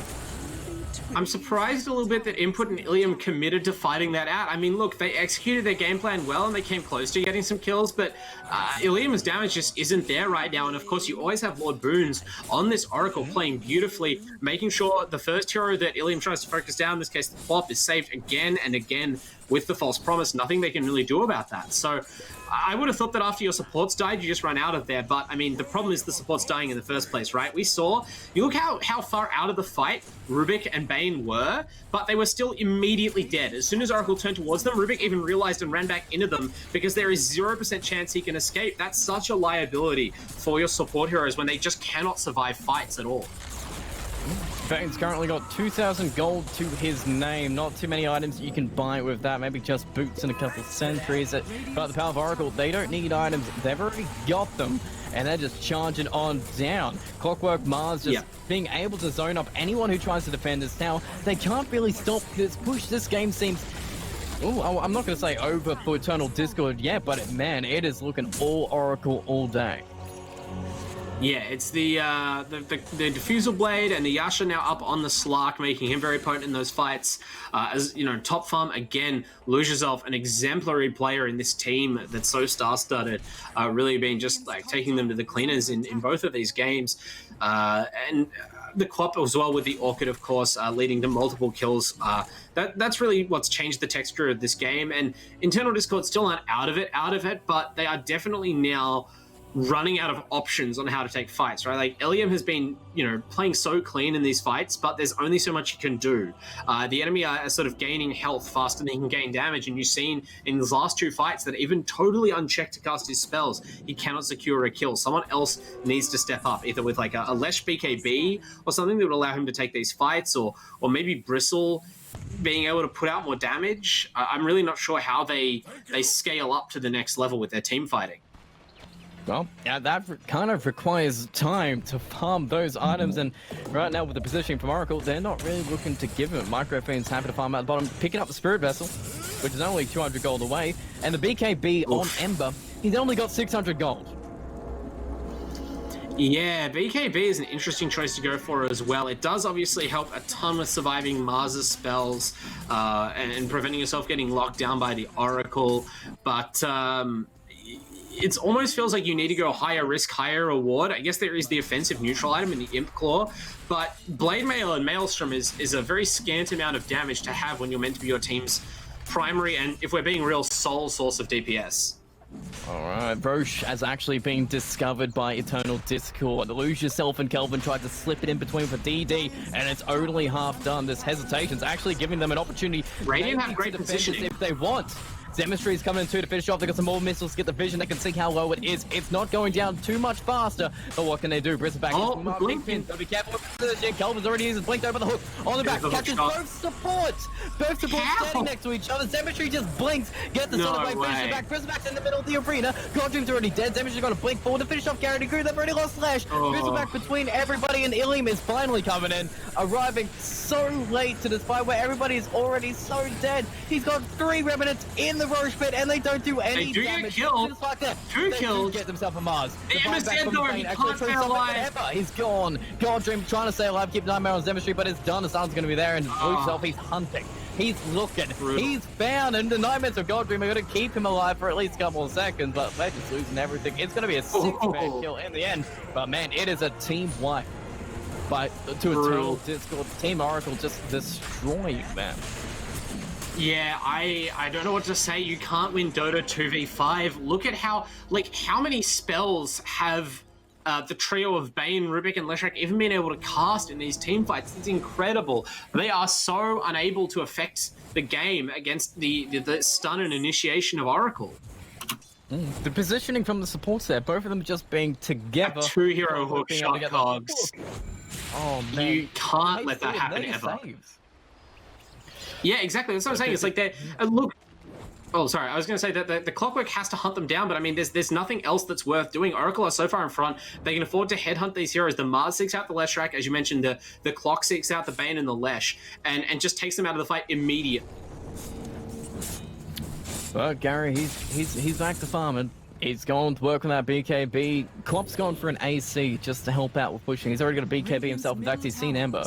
Like, maybe you just blink to Ember, get the kill anyway. It's so comfortable for Oracle. They can do whatever they need. Lose Yourself has so much farm. Same with Kelvin. Even the supports. They've got way more items than the supports of Internal Discord, and I don't know what Internal Discord can do with the farm that they have right now. Yeah, I mean, it looked like Ilium and Input are fighting these fights so well, to be honest. They just don't have the damage between them. Oh, Kelvin might die. Very far forward. No, okay. Lord Boons is there. Lord Boons. Nice cog, but actually committing, but that's a separation. Okay. Nice little split on back. They will be holding back the Slark for now, but he's purged off anyway. Going to be moving on back, and we're all good. We've got the regen coming out for Oracle, so we can retake this fight if we want, and we've already got a massive commitment coming out from Eternal Discord there. It's fitting how well Team Oracle are playing around their Oracle right now. Like, it's partly Lord Boons playing incredibly well, but I mean, when you play Oracle, how much it depends on your team making sure that they are near you and playing, sort of moving around you in formation so you can always get your spells off. And they are coming in with perfect timing every time. Every time. These team fights are fantastic. Even the hesitation there from Team Oracle at the Roche pit, it didn't hurt them. They were just setting up for Eternal Discord. They were looking to take the fight and then feel comfortable enough to take Roche after. Yeah, I think they just knew that they didn't need to rush the Roche down. They just needed to make sure that they took the fight on favorable terms. If they spread out around the outside of the pit, there's no way to really set up on them. There's no like multi-hero split earth, multi-hero slight chains going on where you're in the Roche pit getting attacked by Roche at the same time. And I mean, they're far enough ahead that the team fight afterwards, there's almost no way for Internal Discord to win it. You know, we saw Ilium and Input try their best, but they just don't have the damage, and the 3, 4, and 5 positions don't have the items that they need to survive right now. Oh, top lane though, we've found ourselves maybe to kill. Okay, it's just a Bane, it's a sacrifice to go into the Team Oracle right now. He survives a couple seconds, but it's gone. It's 3 dead. That's 3 dead instantly. Chemistry comes in and just blows them all up. They're gone. Input, what can he do? He's 2-man down right now and going to be trying to charge them out. Oh man, they got 2 kills. The third kill was actually Leshrac's courier. But okay. I know. I saw the three names popped up in the kill feed. I'm like, oh my god! It's like, no, the Leshrac was safe. Unfortunately, his donkey not so much safe. But it just shows again the Bane and the Rubik put one toe outside the base, and the whole Oracle team leaps at them. They can each disable one target, but these slow-moving heroes, no escape skill, immediately just stunned and killed. They can't play the game against this lineup. No, it doesn't seem anything it's so brutal. Kelvin's just literally throwing spears at his back. He doesn't care about the kill. He's just trying to get in his head, and I'm sure he already has. Donating them more bristles. Yeah. Bristles of Mars. Oh, Microphone, he's got wards, and he's got Spirit Vessels. Lord Boons is just farming up a storm. He's got more farm than mostly everyone, even to support Lesh. The position 3 Lesh is feeling so poor right now. Only 5,800 gold. He's got less than the Clockwork, and even his cause not doing too great either. Yeah, unfortunately, after that laning phase, dying in every fight has kind of relegated this to being just a third support on the side of Internal Discord. Really not able to get any items. You'd love to have a BKB. That would be absolutely, I think, the biggest item anyone on the map could acquire right now would be MIA's BKB.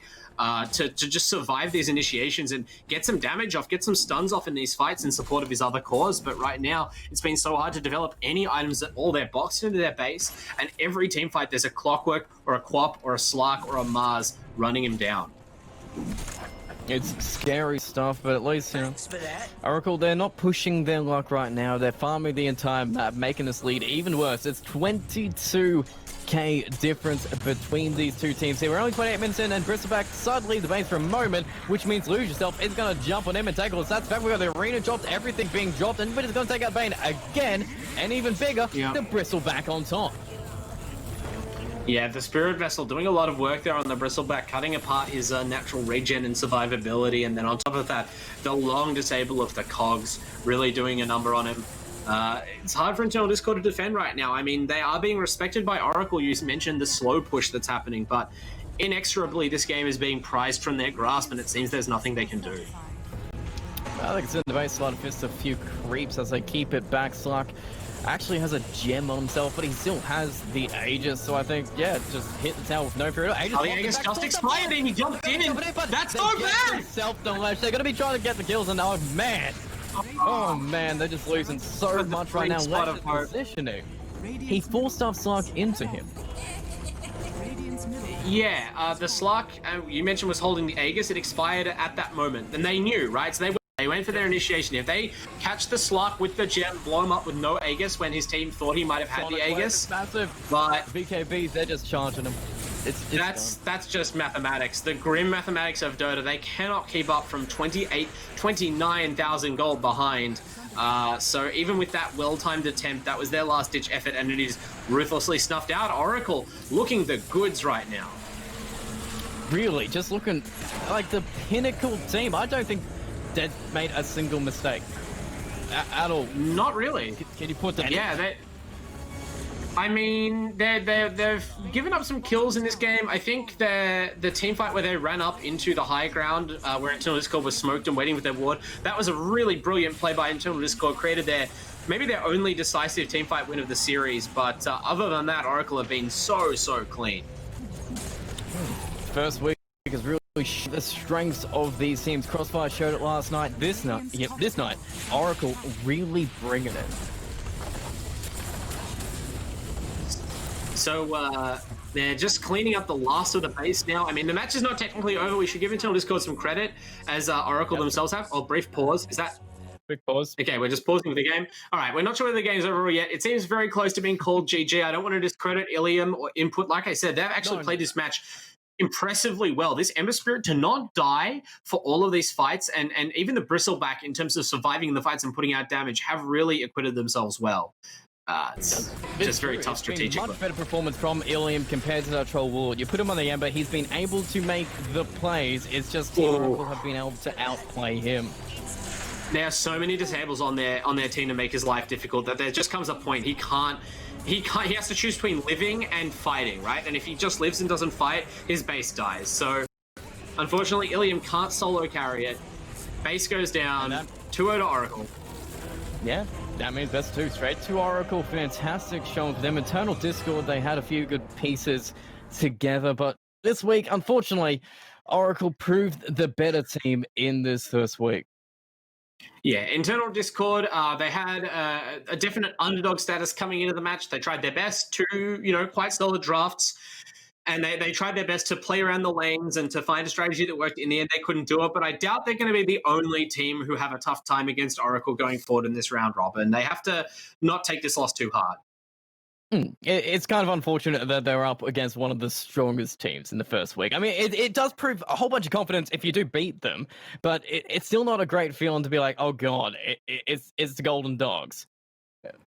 Yeah, at least. Oh. No, I was going to say, at least they know what they're up against going forward. So, there's a lot to be taken from this match, and now that assignment's out of the way, I think that if these drafts came up against different opposition, they might do a lot better. So there's a lot to look forward to if you're an Internal Discord fan, and of course, if you're an Oracle fan, well, you're probably feeling pretty happy about that performance. They look very comfortably top 2 in the league, and whether or not they're top 1 depends on what we see out of Neet, Uprising, our defending champions, who will be in our next best of two, the second match for tonight. Yeah, they'll be going up against ToOnz Reborn in another best of two. It will be starting at 8:30 Australian Eastern Standard Time or 10:30 New Zealand time going. So it will be a short break in between, but I'm excited to see the action between ToOnz and Neet Uprising. We'll be right back with you with the action after this short break.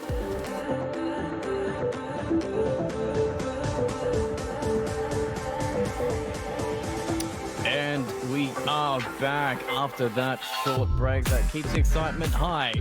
Neet Uprising are still going against ToOnz Reborn in this best of two. Just have to remake the lobby, but it's all good and ready to go in the action about to start.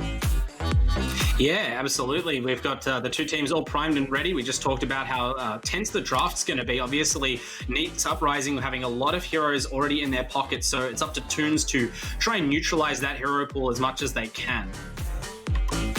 Be interested to see how they go in the draft. It's going to be dynamic. We know the players are going to be dynamic. Everything should be dynamic in this best two. It's a debut team, so we don't even know what one of the teams is going to bring to the table. So I'm excited to see what they do and how the players really react, because it is a relatively new team. So those dynamics really have to just make themselves known.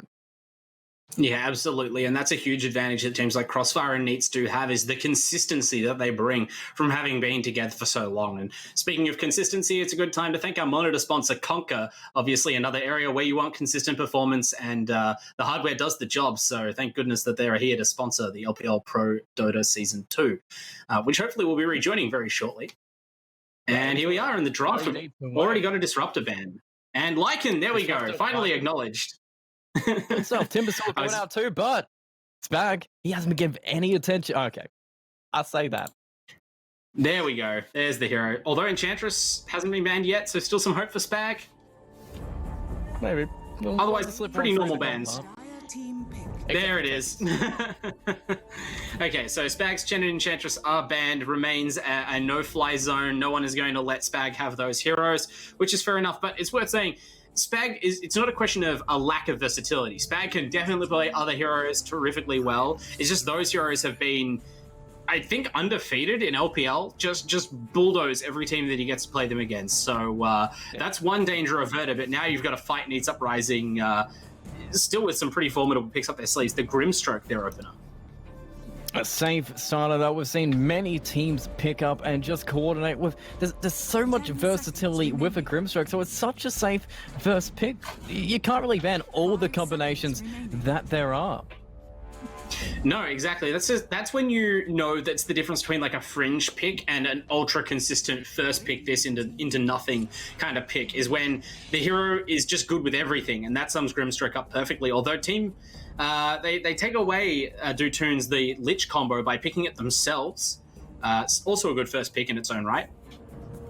Seems to be safe. Always actually combined with Junk, but previously before with Baosu, but still Lich is really flexible. With him combined with Slarks, with him combined with basically every single carry. The man is so versatile. He secures your lane so hard. It's such a safe pick. And with a Troll Ward paired up, there you go. There's your combo. You can pick the lane so early, knowing that Troll's gonna be farmed, backed up by that big ice man himself. Yeah, you can also feel a little bit safer knowing that if there is some like really brutal counter lane coming out of Neet's Uprising, that Troll Warlord can be your mid. We did just see a mid troll get exploited in game one of our first match of the day between Oracle and Internal Discord, where it wasn't really able to farm enough in time to become relevant, and the enemy mid just played out of the mid lane with heavy rotations, Zemistry's Void Spirit ripping the game apart. But I don't think that that's a thing that means you should be discouraged from playing the hero that way, although this might discourage you. Kazi's Queen of Pain. This man's destroyed many a game behind it, and they got it early. So Kazi probably feeling a little bit comfortable, but then again, if you pick it too early, maybe you can counter it. Yeah, I mean, the Queen of Pain, like the Troll Warlord, can go into multiple lanes and is such a strong laner in general. It's hard to imagine a scenario where you can't lane it. But, you know, you mentioned that Kazi has to face some comeuppance at some point for picking the same hero so consistently, and you have to imagine that ToOnz Reborn, these players are no slouches. They know how to counter pick, and they know how to orchestrate at least a lineup that can address the Queen of Pain problem, even if you don't have an individual hero that crushes it. Radiant team That's ban. true, and right now we're banning some safe old off lanes, getting rid of the Centaur if we are need Uprising. Team moves, so we're just going to be targeting maybe Riz here, make sure he has a comfortable game, or do we target Tech, or do we target Fury? What are we so worried about when we have a troll already shown?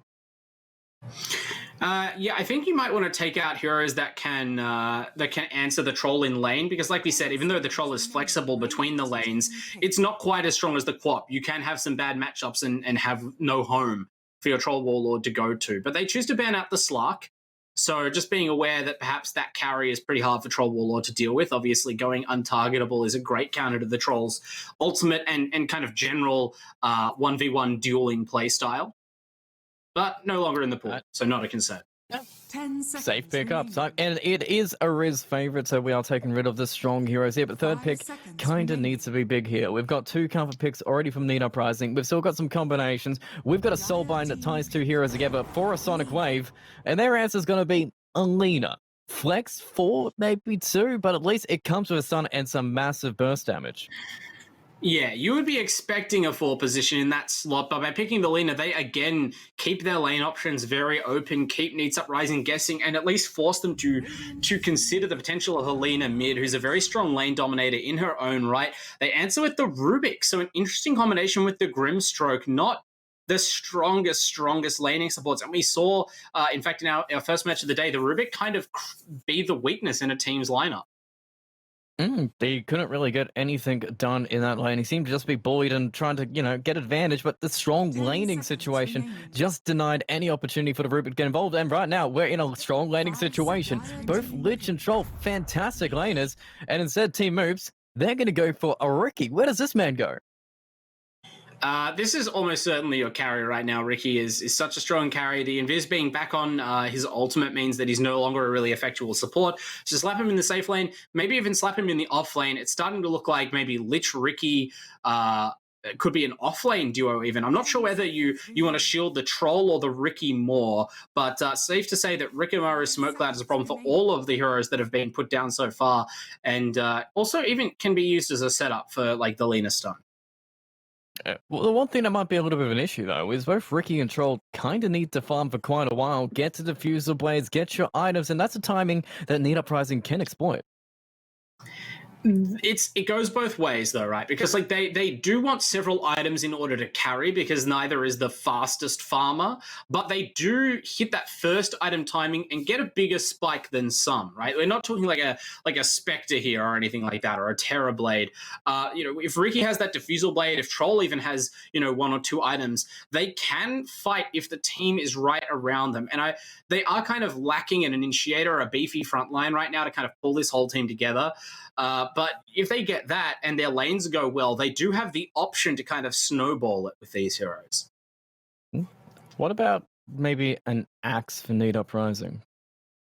Radiant I mean, Axe for Neet Uprising is here. I was thinking about, you do counter the Troll Warlord pretty heavily, but this is another way to counter it that's less risky. The Underlord, I love this hero, one of my personal favorites. Huge wall of meat in both appearance and in function. And of course, that lethal aura, the subtle killer in the laning phase, combined with the Rubik, that is a rock solid off lane. Dire team ban.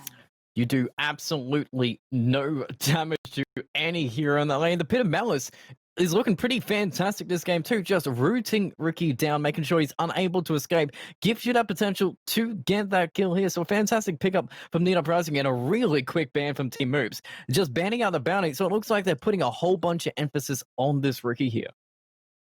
Yeah, it definitely seems like it might be a safe lane Ricky and a mid Troll, and maybe then they're going to pick their initiating off laner to try and force things to happen. But I do love the Underlord pick.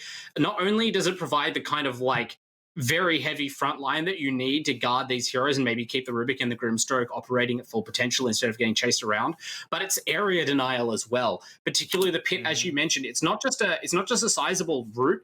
The pit itself stays in place and can reroute heroes, which is not always relevant.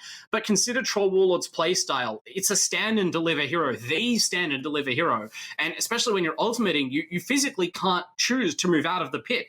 There's the potential to route this Troll 2, 3, 4 times with a single cast, a Pit of Malice. That would completely neutralize him in the fights.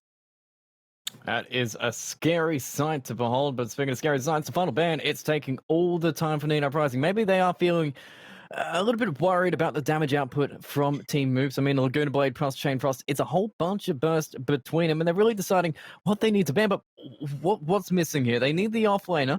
What pairs it all together? Team pick. They banned the Axe. I keep tunnel visioning on the Magnus, which I don't even know if it's a good pick because it is a risky pick in terms of its laning ability and its chances to scale in the game. But I see two melee carries, and I particularly see Troll Warlord. And I say, well, what offlaner can I use to tie my lineup together to emphasize the leaner stun and the Lich Chain Frost and to help this Troll and Riki outscale the enemy? And between Empower and RP, that's what you have in Magnus. So perhaps that's a pick if there's a player who's really confident with it for Team ToOnz Reborn. Yeah, well, 5 seconds to find out the final pick for Neet Uprising. No, they're out of time. They have no way to think about it. Is their safe laner? Luna. Luna. Okay, so Luna has been really strong lately, though. A lot of teams playing her as a mid laner or as a sort of offbeat mixed damage core. The Aghanim Scepter, which has been so strong for her since it's been introduced, has finally kind of become accepted. People have isolated a build where they feel she doesn't lose too much of her core potential to go for that sort of unusual magic damage focused items. And when you have it, like this Riki, if you have any vision of him, he will be instantly torn apart. The Lucian Beams do more damage than probably anything in Dota. It's insane. So they could also go for a traditional physical build, but I wouldn't mind seeing that more early game focused Ags build come out, just because I think Luna needs to be a bit tankier in this team. She's going to be one of the prime targets for this Riki and this Lina. Well, speaking of which, Neet Uprising, they have some pretty good auras. They have Atrophy Aura and everything Luna brings to the table. They are going to be tanky. They're going to be able to reduce that damage, and maybe they can just move down the lanes as 5 and just rip these towers apart, perform team moves before they can actually respond to them. Yeah, they're not a traditional Death Ball lineup in terms of not having any summons or a real tower pushing ultimate, but I am doing the mental calculations appropriate to this patch where you try and work out how many Necrobooks they can buy in the early game. They go for Kunkka on team moves, so not the Magnus. The Kunkka pickup, possibly an offlane Kunkka, does still provide that AoE teamfight stun and sort of a secondary damage source, but I'm not so convinced by this, I'll be honest. It doesn't seem to answer everything they need in the offlane. I mean, he is tanky, but he doesn't usually build those traditional aura items. What it does give you is it gives you a setup for this Lina, so it kind of validates her as your 4 position. You can X-Mark into Light Strike away as well as Kunkka's own spells. You can use X-Mark to keep people in the Riki cloud. So that all works out fine.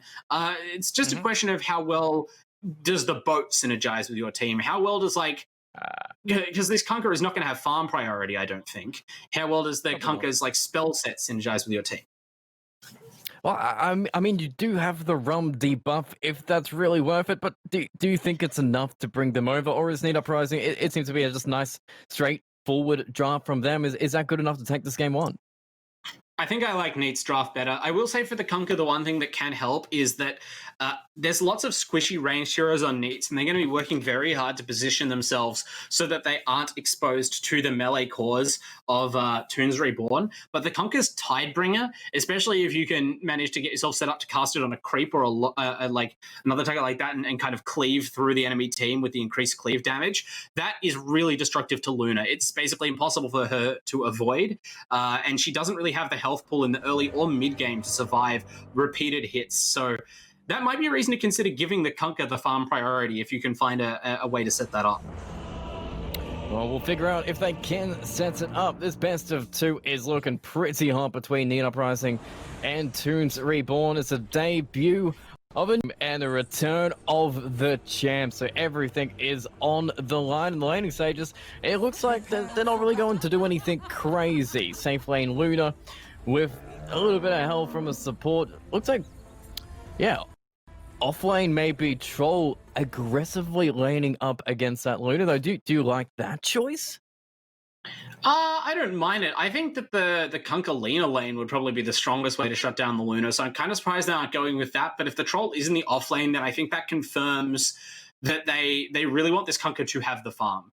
Like, they definitely picked it to be a core, which, on the one hand, I definitely like to pick a lot better if you're going to play it as a 2, but I don't know how I feel about offlane Troll. Well, I mean, if you do set it up well enough, he will have access to a whole bunch of camps, and maybe he can outfarm the Luna, but still, it doesn't seem like the best offlane. In fact, Kunkka, Troll, Warlord heading down the same lane.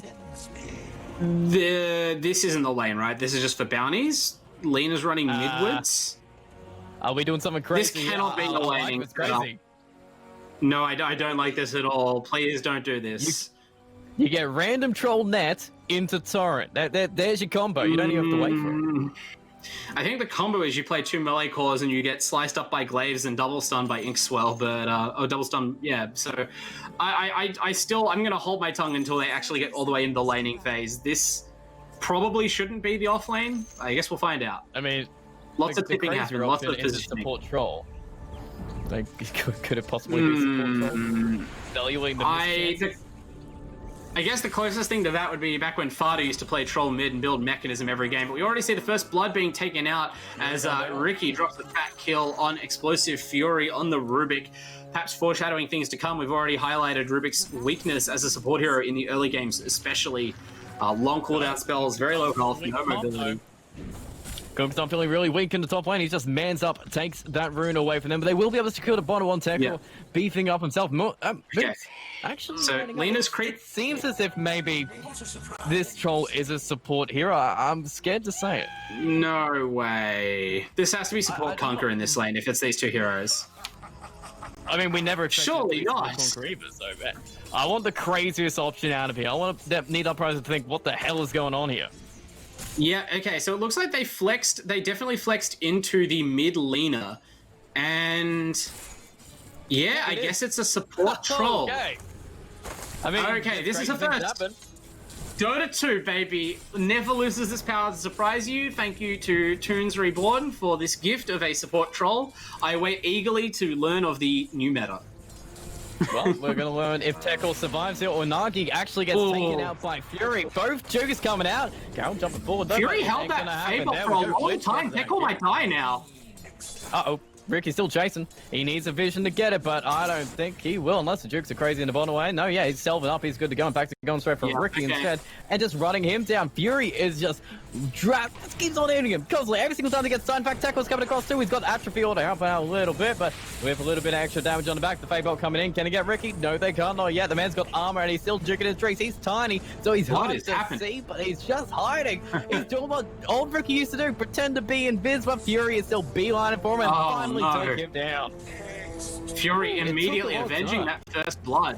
Yeah, but that's good for Fury and for Neet Uprising. That Ricky is meant to be a one-position hero. He's spent 45. He's dead for only 5 seconds, but it's like he was dead for 30 seconds. It's true that cowardice is like dying while you're still alive, because he took himself out of the lane for like 2 waves. He missed every single one of them. He wasn't hitting him. He wasn't in XP range, so even that's going to be in Tekor's favor as well. And Underlords, who already get an early advantage, they can just snowball from that. Yeah, Underlord is really a hero where it's all about the first level or 2 of the hero. If you can shut it down, the hero is guileless. It has no escapes. It has no strong disable or anything to flip trades in its favor. As brawling happens heavily at top lane, but again, the 2 melee heroes have such a hard time against Spag's Inkswell. Well, I can't see this lane going well. I say 2 melee heroes. I guess Troll is ranged. Yeah, he's got the flying axes, so he can slow people down a little bit, but he's really not securing Kunkka's farm too hard. But then again, 10 last hits, not dying in the lane. Troll isn't dying himself, so maybe this lane is worth it, because you can always just maybe build this Troll back into a core. But bottom lane, Fury, he's getting chased down, the Frost Shield on top, and Trick Straight coming out. They will cut down the Magic Man, and Tekor, he's between 2 heroes here. They're both tiny, and the big man himself, he's standing his guard. He's not scared of a single thing. In fact, he can just self on up, and he doesn't even care. He gets the better of this trade. Tekor showing up to lane with that extra armor, essentially from the Ring of Protection to stay alive for those first couple of levels, and then once you start getting the damage buff running on the Entropy Aura, you get multiple levels in it. Once you have the Rain of Fire skilled as well, like you mentioned, the hero just snowballs from there. It becomes harder and harder to dislodge him from lane without help, and he's just going to happily farm it up while making life difficult for the Ricky. One of the lanes we haven't really seen too much about is this mid lane between Kozi and Gachi. It seems to be like a pretty even harassment. Kozi always getting those Shadow Strikes on, but then Lena, he's just spamming him back with the LSAs and Dragon Slays every single time he can get it. Yeah, two of the strongest lane-winning mid-heroes in Dota 2 at the moment, clashing head-to-head. This is the reason we have a support troll, right? Like, ToOnz Reborn have paid a lot in terms of, like, strategic collateral to make sure they had this matchup, so at least it is paying off and they are going even. I think they're going to be satisfied with that. They clearly did not want to put Kunkka or Troll up against the Quap. And the Kunkka is doing great at top lane, it must be said. Yep, 18 last hits, not really getting killed. Troll has a one last hit himself. Nobody's dying in the top, they're not feeding it. So this lane is actually going pretty solid. They will be able to get farm out of it. Yeah, I mean, look, this is not to say that I condone the troll support pick. I can't believe that I'm saying that. The real test of that pick will come in the mid to late game when all of the other cores have outscaled and trolls auto attacks don't really mean anything anymore. It's like, is the blind and the slow from Whirling Axes going to justify this hero existing, or is he, as you said, going to be able to transition into some sort of fourth core? Maybe he goes out. Maybe he puts himself, his battle trance on, I don't know, Ricky. Lina doesn't even seem to be the best options there, but it's somewhat functional. Yeah, look, I don't know. Maybe that's the plan. Maybe that's the sick pick. As we see, TechCore, he is being challenged in this lane. I will say, the Lich Ricky lane is doing a great job. They actually kill him. Totally without support, and like we said, yeah, if you isolate him though, it takes a while, but he goes down. It is true. Fury left him for a moment just to secure maybe mid. He does get himself up Lich in exchange, so Fury feeling pretty great about that. But finally, Kunkka does go down in the top lane, getting taken out by Spag and Riz. Yeah, it seems inevitable. The Luna is such a strong laner now with the changes to her aura and, of course, with her nuke. Against two melee heroes, she pretty much has free reign, so this is going to happen eventually. And the scariest thing about this is we know what Riz can do with farm. He can dominate the game, but then again, he's on a bit of a different hero here. It's a Luna. It's not your traditional Jugs, your Slarks, your lone Druids, which we know can play so well. Luna is a little bit slower than those heroes. We often have seen Riz, though, show the kind of play that I want to see out of a Luna. Like, how many times... Oh, hang on, they're going on him. He's what's not in the lane? It gets a mischance too. It's adding on body blocks. He's looking to take this kill. He's dead, surely. Range, yeah. He wanted to give the kill to the Kunkka so badly. He was giving ESPX time to get the get the creep kill, the hero kill, sorry, on the Luna, and then finally just commits, pulls out the ranged axe and lodges it in her head. That's right, we're not even done. Tackle's getting kicked out of the bottom lane. Things are looking pretty good for ToOnz Reborn. Basically, all their lanes are going fine. They're not winning the CS battle, but they're not being shut down. They're getting the XP, ultimately, and they're getting some advantages here. Yes, yeah. If you can set up the lane so that you're trading favorably or at least evenly on CS and you're getting some kills and not dying, then this is going well for you, I think. I think that the Neet Uprising supports just need to kind of commit to their lanes, right? How many times in a row did we just see them duck out of lane to pull creeps or do something and then their cores get challenged? Just stick around, hold down the fort. Get some XP on this Rubik. Well, level 3, not feeling too great, but Tekra is level 6 out of it. He has the XP advantage against Ricky. They're pushing the creep wave into this tier 1 tower, so they're going to be able to pressure this Ricky's farming finally. Yeah. And with the Frost Shield, it doesn't even cut ice down armor. It slows it, exactly. It doesn't slow it too much.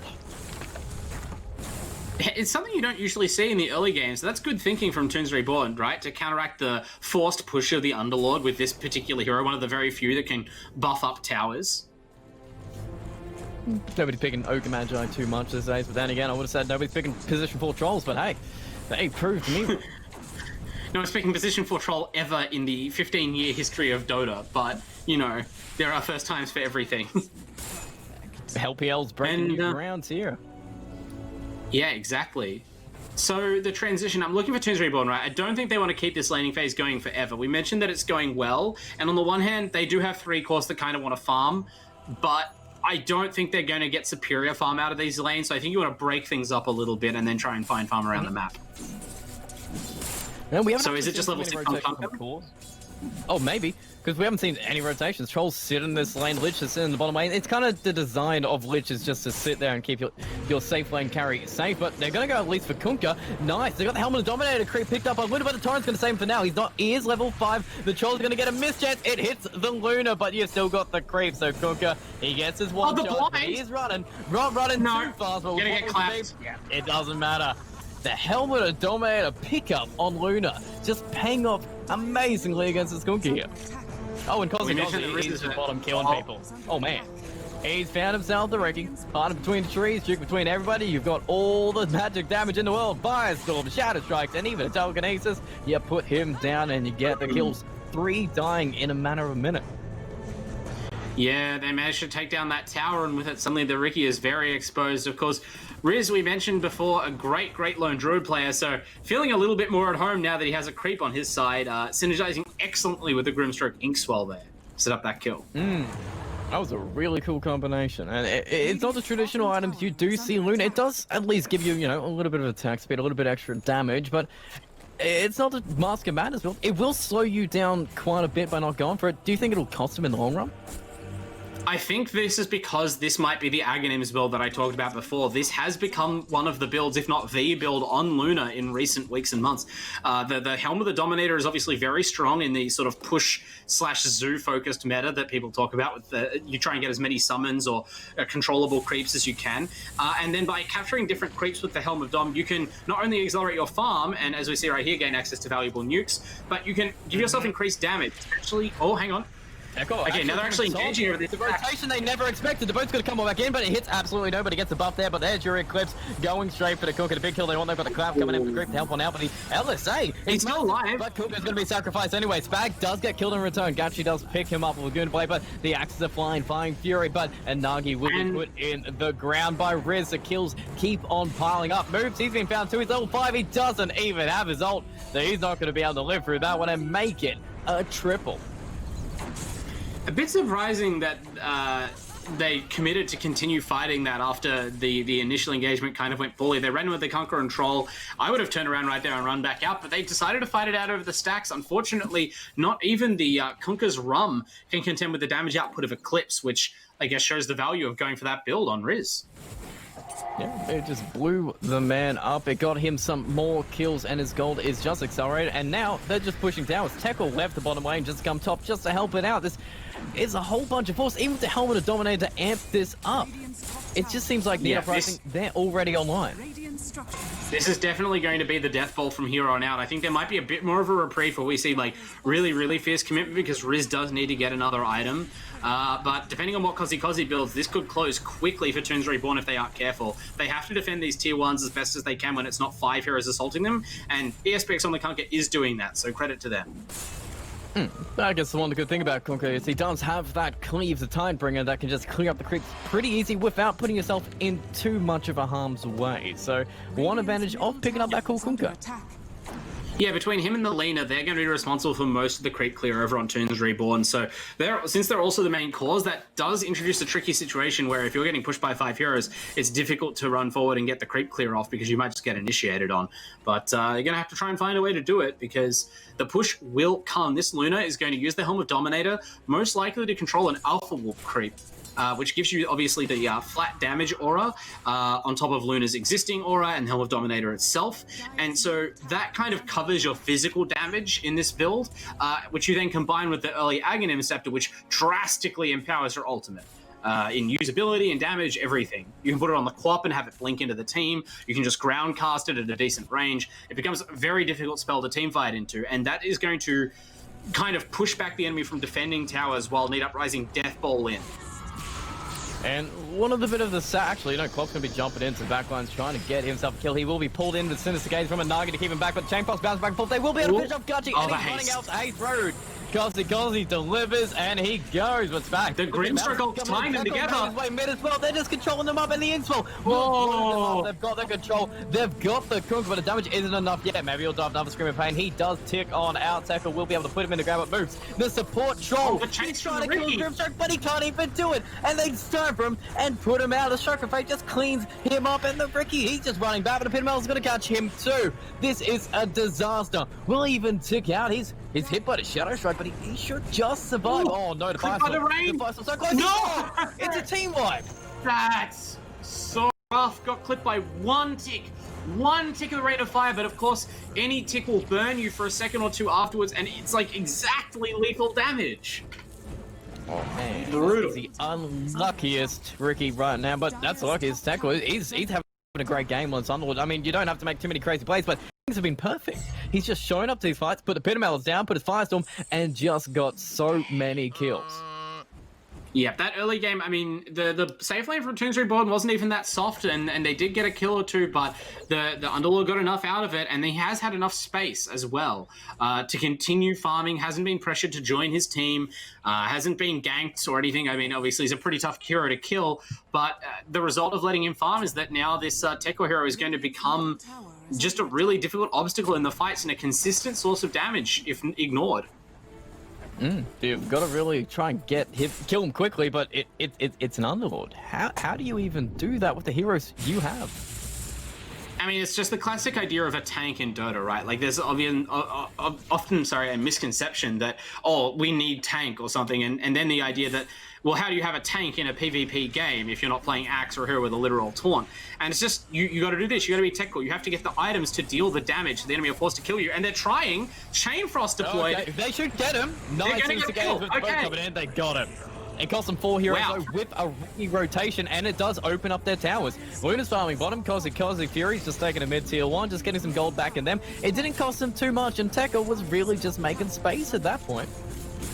I think this is an even trade, really. Tekko was the second respond hero on the map, so that is not a small kill to get, and you can kind of see the moment where they went from just, oh, we're just harassing this Underlord because he's standing here letting us harass him, that's his game, to, no, we're killing this Underlord so we can take the tier 1 tower. If they don't commit to killing him, they basically have to leave the lane, because otherwise he'll get TP support and defend that tower. So they do lose 2 tier 1s, but at least they get a big kill and a tower of their own. A little bit of push. We can see the Troll, he's actually got more XP than the Kunkka does have right now, but he just seems to be going a traditional build. He's just going straight for the Vlads. Nothing fancy, so it just seems like you have a Troll in support. I mean, that's the thing, right? There's a reason that Troll is never played as a support ever in any meta, and it's because he just doesn't have any real advantages as a support hero.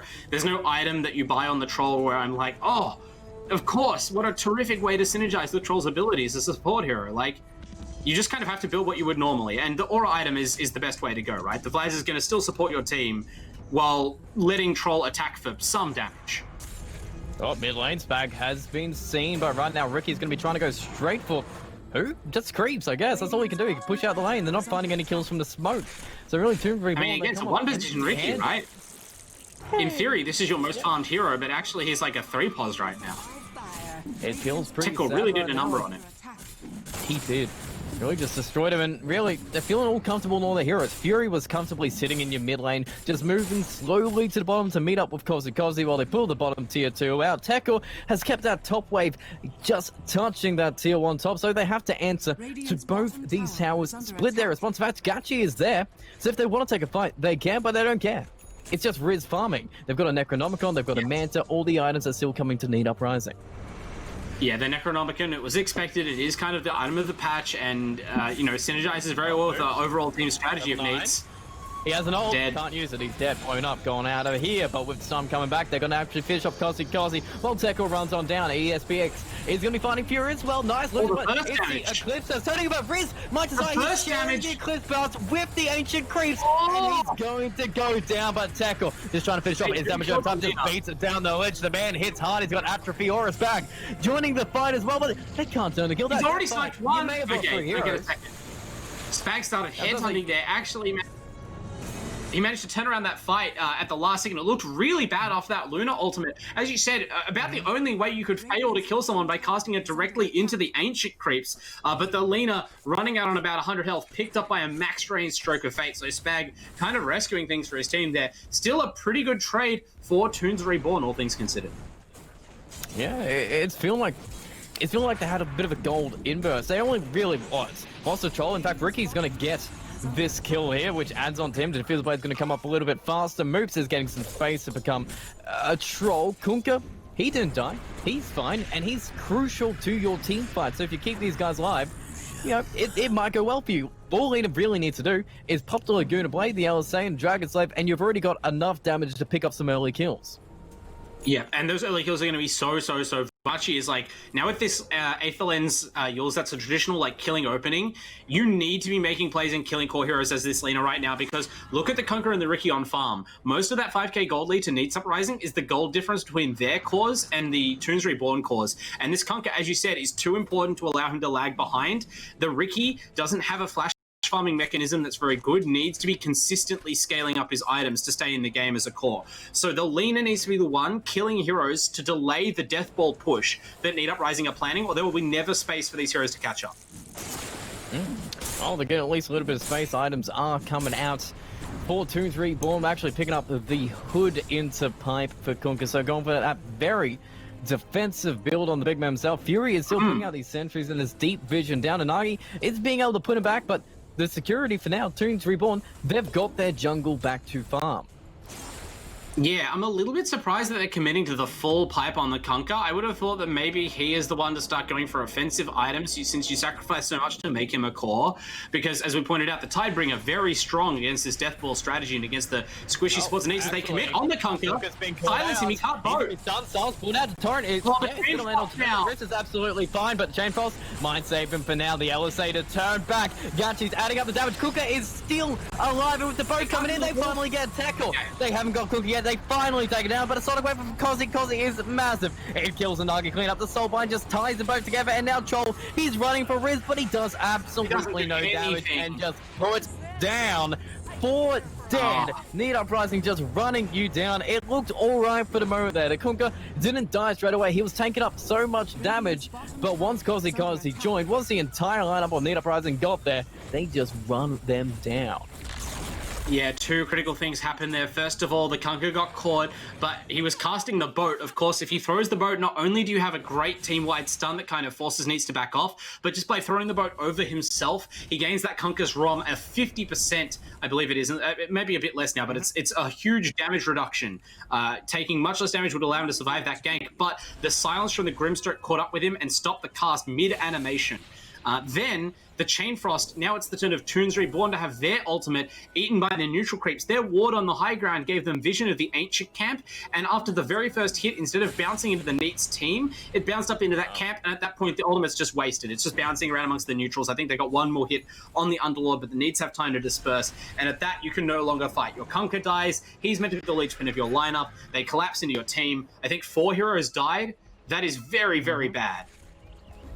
Yeah, 1 got out, if you want a bright side. It wasn't teamwork. It's one little finger of God poking through a huge dark cloud. The gold lead has doubled now for Neet's Uprising, and they are back in the driver's seat. I must point out, this whole game, Riz has been farming. It's happened a ton of times that we see Spag or Kozi or TechCore kind of go off and win the game, essentially, for Neets, and Riz never even really shows up. He's kind of unfelt on this team because they are so dominant. But you can always look at the gold charts and show that, you know, he's their secret weapon. Even if you were to defeat the rest of the team, Riz is enormous. He's 3,000 gold ahead of the Lino, who's the next most farm hero, and he is double the Kunkka's net worth. More than double. The man That's ridiculous. Is a monster. He absolutely knows how to prioritize his farm. The man is efficient. But really, it's what you do with the gold that counts. So maybe if you find the pickoffs onto Riz, you can bring some of that little gold back into your side on ToOnz Reborn. But for now, Neet Uprising, they're just comfortable with this pushing. Put Tekra on eyeing, put Kozi behind, and maybe put Spag and Fury around. And then if they try to defend, you find it. You're good, you still got the gold lead, and Riz can run to you. Top tower is under Yeah, look, I think you've got the right idea, though. Riz doesn't have a BKB yet. For a hero with this much gold, such a ridiculous net worth lead, he is shockingly killable. Lina could probably solo kill Riz right now, and I dare say should. Like, when has Gachi been ganking? Oh, Riki goes in. He's jumping the backlights. He's got a nice smoke, but they're being walking out of it. Tekor still alive. Chain Pulse is going to be good this time, but the move is amazing. It blows up to Riki. They get themselves to troll, and the Chain Pulse is absolutely doing nothing anymore. They need to run. They need to run fast, and Kunkka is trying to move. ToOnz, what are you doing? Between the net, it's going to be there. Riz made his way over, and now he's destroying everybody. Oh, that's a shattering Riz fight. gets the other, and 4 dead. 1 survives because 1 man ran away because he knew it was not going to go well. That's a smart man, but this smart man's about to lose all his towers. Yeah, I was about to say, you know, the problem with that strategy is that your towers can't run from the enemy team. So, sure, okay, your Lina survives, but I gotta say, haven't really felt his impact in this game so far. So I don't know whether just surviving that team fight is enough to turn it around. I mean, first of all, what do you think of this Lina play so far? Should he be more aggressive in the ganks? It seems like Gachi's kind of playing his own game. He spent the early to mid game just farming up his items, not responding or making plays himself. So maybe he has a different strategy to what ToOnz Reborn are trying to do. Yeah, I don't really understand. Like, you've got the itemization to solo queue heroes. You've got the Lina, the most farmed hero on the map, who for the entire game has been completely alone out on the map. If you just grabbed a smoke or anything, yeah, if you just grabbed a smoke or something, you could run in and try and go for a kill, or you're very fast moving. Even has boots of travel now. I feel like you have to be trying to move in the enemy jungle and find these heroes. It's a risk that you might die, but at least you're making space. Whereas right now, you're literally losing mid racks. Yep, you can't even do anything. So, the torrents have been trying to throw, but you just put the pin and balance down. You catch two heroes, they can't do anything more. Gachi, he's trying to get an opening, but they just move towards Troll. Troll's right again. He's going to be trying to do some damage. I mean, yeah, he's gone. He's just blown up. Riz just hits his Q. He's got his BKB finally and just destroying the entire team of ToOnz. Yeah, this might be game. Reborn to a destroyed base, and yeah, I'm thinking game one is done here. Going for the tier 4s. Neet Uprising, they're not messing about. They just want this game done. They want to move on to game 2 and just keep this dominance a-rolling. Yeah, Riz didn't even need to go for the Aghanim Scepter in the end, just realized that the team were dominating enough that he could go for an early win. Goes back to those pushing items, the Manta style, the BKB, and that BKB, of course, the classic item if you ever want to push your advantage. He's broken the back of the raid. They all buy back now, but there's going to be an Underlord ultimate, and they're just going to catch the cab. So they only get Kozzy's quad for 4 buybacks, and their mid lane is completely gone down to their throne. Well, the only silver lining here, they have Raxes. So their throne is exposed, but technically it's easier to come back from this than it is to come back from getting mega creeped this early on. That is true. A little bit of reprieve coming out from Neet Uprising, just allowing ToOnz Reborn to survive a little bit longer. But, they're going to try. And they're going for Roshan. They know that they need to take something, right? Bags in the area. Tackles in the area. They kind of know. I'm pretty sure they're going to get. They have no buyback on the radio. Yep, Firestorm comes in. Pit Mel's going to find him. Fury's like, yep, this is the end. He's going to still burning alive. And the Inkswell is just going to seal the deal. It's a massacre! The GG out in the Roche pit. I mean, look, that was over, but wow, what a last gasp effort, brutally snuffed out, the boot on the neck. That Neet's Uprising, just obliterating the ToOnz Reborn lineup. But credit to ToOnz Reborn. They didn't die in their base. They left and got straight to the Roche pit just to stand their final stand, just in case they got the second life and maybe got an opportunity. But unfortunately, Neet Uprising, they read the entire thing. Yeah, unfortunately, Neet Uprising are just too good a team to let you get away with that, right? Like, that's such a cheeky play. Oh, we all bought back. We only got 1 kill. We know that they're going to come back to our base as soon as Lina has BKB up, most likely, and just force it down. So we're going to sneak a Roche. It's what you do. You go for high risk, high reward, right? What have you got to lose at that point? But Neet Uprising are too seasoned. They know exactly what's up. They seek that. They scout that out, and yeah, it's all over from there. The grand champions still feeling like they know how to play this game, know how to play as a team dominant in every single one of their positions and performances. Even the draft was absolutely fine. And the support troll, I mean, do we say it was better than we thought it would be? It was better than it could have been in that they didn't lose the laning phase because of it, but they did debatably lose the game because of it. Like, can you say that the troll had any impact on the game at all after the lanes broke up? I mean, he's got a Vlad, so if we look at the stats, I bet he's got a little bit of healing in there. Okay, but putting aside, like, literally any hero could have bought a Vlad's, right? That's true. So what did the troll contribute that any other support? A little bit of mischance, a surprise pick that Neet Uprising had to think about, and the lane went all right because of the surprise. Like, what's Troll going to do in the lane? He made it go all right, but then he just didn't do anything after it. He just tanked ganks. Yeah. And like we were praising the draft from ToOnz Reborn that it would allow them to do that kind of pivot, like swapping around their cores, swapping around their lanes, getting the favorable matchups. They did want to get farm on their Kunkka, and they did want to make sure that they had the leaner mid against the Quap, and they got those things, and those choices paid off. It's always important in Dota that when you take a compromise like that you do actually get what you were asking for, that you capitalize, and they did. But it turns out the price they paid was too high. Like, there may not be a worse support hero in Dota 2 than Troll Warlord. I'm struggling to think, even amongst other agi carries, of someone who would be more useless. They almost all have some kind of disable, something to contribute. Troll does not. So it was a real anchor on their team. I also have to go back. There were 1 or 2 fights that could have gone a lot better for them.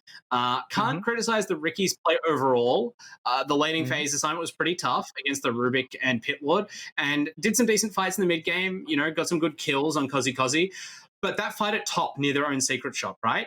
The Ricky blinks in. That's fine. Because you see, they're fighting around that choke point of the ramp, and there's such strong AoE out of Cozy's Quap and out of the Underlord and such. They don't want to fight in the choke. But the Ricky blinking forward got the silence on the spellcasting heroes. They could not force the fight there, which I thought great. But then the rest of ToOnz Reborn pile into the choke point to try and follow up on the silence aggressively. And so you end up hitting a 3-hero Sonic Wave anyway that just instantly ends the fight. And if you ask me, that's GG. Like, from that point on, I mentally kind of written them off. It seems like the players were on different pages for how they wanted to take fights. Where he's like, okay, I'm going to jump in the back lines. Everybody else like, okay, we'll just focus on tech or here. And then they just pile into different targets, and it just goes terribly. Yeah, it's one of those things where you go on somebody and then your whole team goes with you. You're like, no, I was just, that was defensive, or, you know, exactly. It's like, you go on the rest of them, I'll take this guy. I mean, there's a lot that shows that maybe, you know, you mentioned ToOnz Reborn, a newish team. It seems like maybe that chemistry is yet to arrive for them. I think it shows in Gachi's Lena as well. Solid individual play. Did great in the laning phase against Cozy, which is no mean feat, and continue to farm well, stayed right up as sort of as close to the Luna as you could reasonably expect to be, given the hero's different rate of farm, and, you know, tried to participate in most of the fights. But the fact is, you needed that Lena to be your playmaker. That needed to be the most farmed hero on your team by far, with ganking items, needed to gank. I didn't see one Lena gank attempt, not even like a hero who got yulzed and then got away with support. Nothing. Yeah, no, he just seemed to be playing his own game, farming up. He got the Eighth Lens at a fantastic timing. I was like, oh, cool, he's got an Eighth Lens. He's going to make some plays. Yep. He went back to farming. Yeah, that just won't do, right? Like, your Ricky and your Kunkka have like 5,000 gold each at a time when the enemy Luna has 9,000 gold and is scaling fast with a Helm of Dominator. You know that the enemy team is already predisposed to Death Ball. You committed your Kunkka to buying a first item pipe, crippling his future development, because you knew that you didn't have enough time to farm a farming item before you got that essential defensive team item. So if you already know that that's the tempo of the game and that your team is kind of struggling and making bad itemization decisions to compensate for the pressure that's being put on, why would you not use your like one hero who's kind of in a position to make plays to lift that, or to at least try? You must try. Not even going over to the enemy side of the map to look for kills because you're too scared, or because you just aren't talking to your team and you feel like you're in a farming part of the game. That is game losing. And surprisingly enough, Ricky was joining the team fights early before he had the diffuser blade. He got the kills on Tech, was pushing tier 1 towers, but he really needed that timing to be much quicker than it was, and maybe those rotations did cost him. Yeah, it's sort of, again, it comes down to like a lack of team coordination, I think, because none of these decisions by themselves are necessarily bad. Right? There are justifications for farming on the Lena. There are justifications for not farming on the Ricky. There are justifications for going pipe on Kunkka. There's justifications, I think, for the support Troll. But when you add all of them together, it just creates this dysfunctional game plan that doesn't amount to anything. And Neet's Uprising had a very functional game plan. They executed it extremely cleanly, and that's just kind of the most functional, straightforward win you'll ever see. Well, I guess we'll see if they've learned something in game 2, because we're already in a draft. We're not going to slow this thing down. We're going to go straight into the second game, just to see what the changes are. Well, Paul's going to be interested to ask, because they picked the Troll, and then they fourth picked a Ricky. Do you think there was a decision made to keep that, make the support Troll there, or was that just forced from Neet Uprising? I think the support Troll was decided quite late in the draft. I think I think they were looking at their last pick for a long time, and picking the Kunkka, like they weren't sure what to pick. They felt that they needed more creep clear, obviously, to try and deal, and they also needed and they needed some sort of team fight. So they went for Kunkka to kind of combine these elements. I feel like there may have been better choices. Maybe they wanted I believe that Axe got banned, right? Maybe they were fixed, like dead set on picking Axe, because it did look good there. And then getting it banned, they just didn't have a backup pick. And that's why they went for this kind of awkward Kunkka pick. And then they realized, oh, our lanes are messed up. And then they go for the, the suboptimal troll support. I don't think that was their intent at all. Anyway, we've got this draft going on. A little bit of deja vu here. Yeah, we got flip side. Neet Uprising's opening. It's been taken by ToOnz Reborn. Oh, I was looking at the bans. I was preoccupied by the ban on Techie's first phase by Neet's Uprising. Not fans of the hero. 5 seconds. No, both games. Maybe just want to ensure a quick game.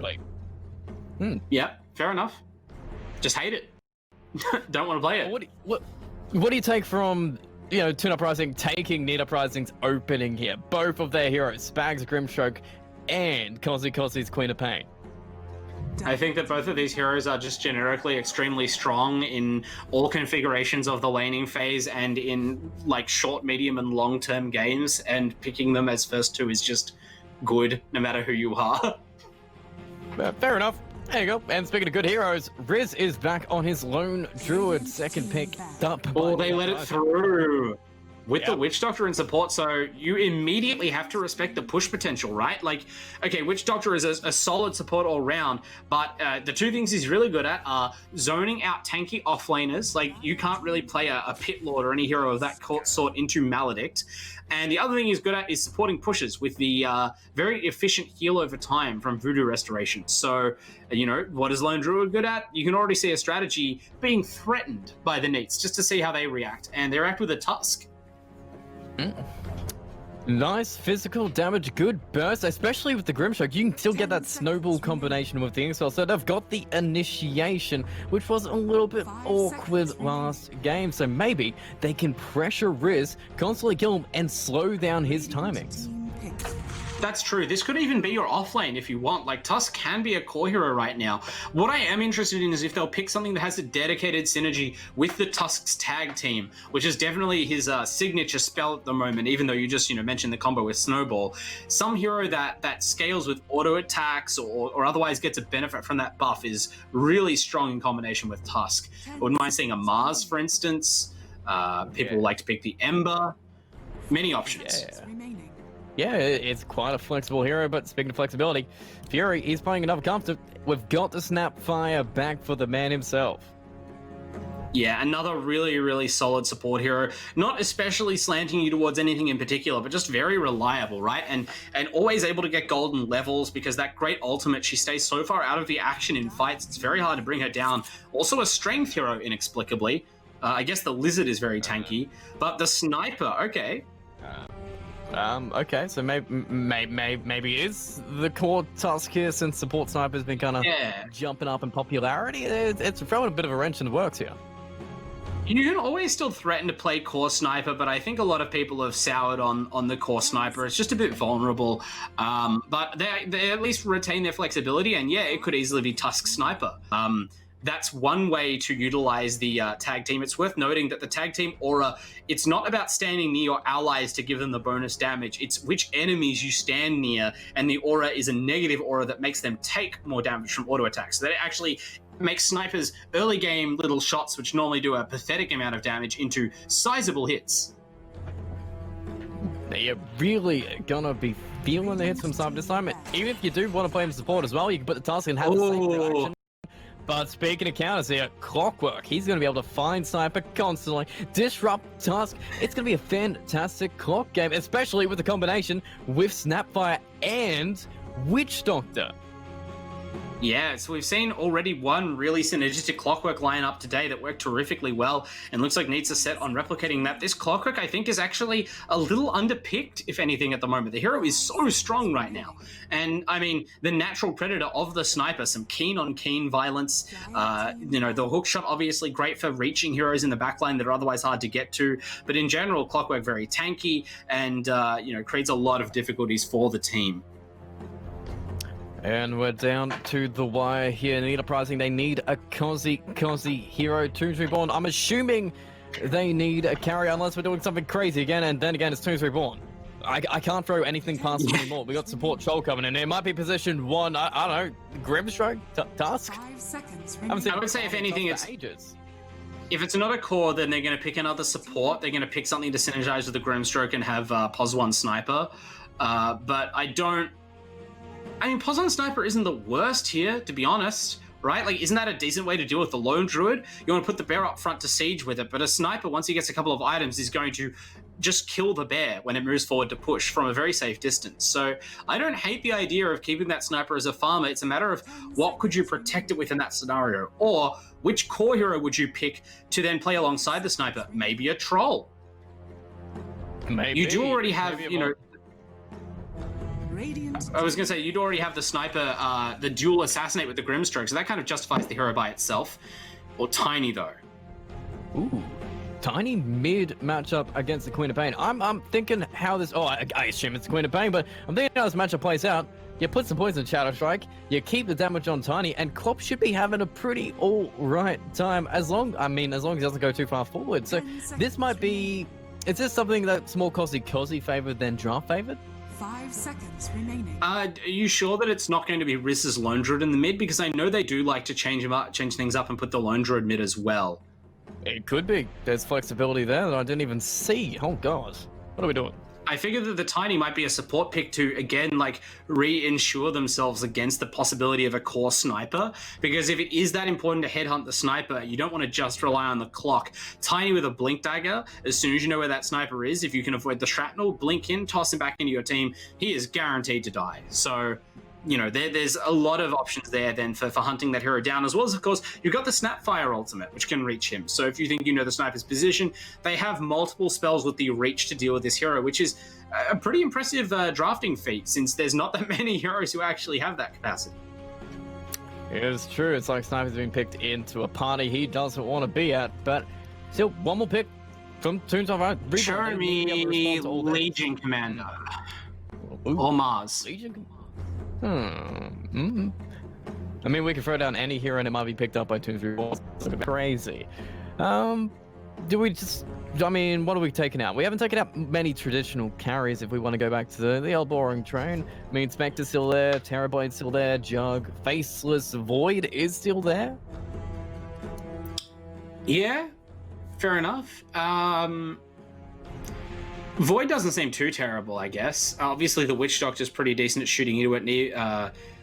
Even Clockwork and Tiny, you know, you've got enough stuns to make the Void's life hard in there. But Grimstroke to some degree and the Quap. There's other picks you could go for. You could go for something like a Weaver and try and make it more about the early game. They go the Ursa. Okay. A huge hero this patch, so there's your core. I think support Tusk now, right? You want core Sniper, core Ursa. Nope, it's support Sniper. Okay. Offlane Tusk.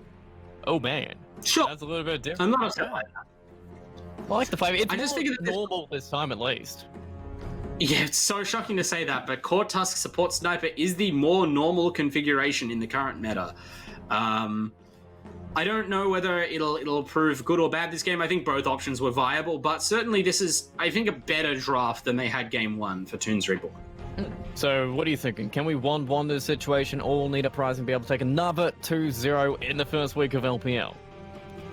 It's so hard to predict against Rizz's Lone Druid. And I think this Clockwork pick is still kind of unanswered, right? Like, Ursa does not do very well against these heroes, I want to say. So, I don't know. I mean, it's a strong pick, and Ursa Grimstroke is a terrifying lane now that Ursa has an inbuilt leap on the Q, the Earth Shock. But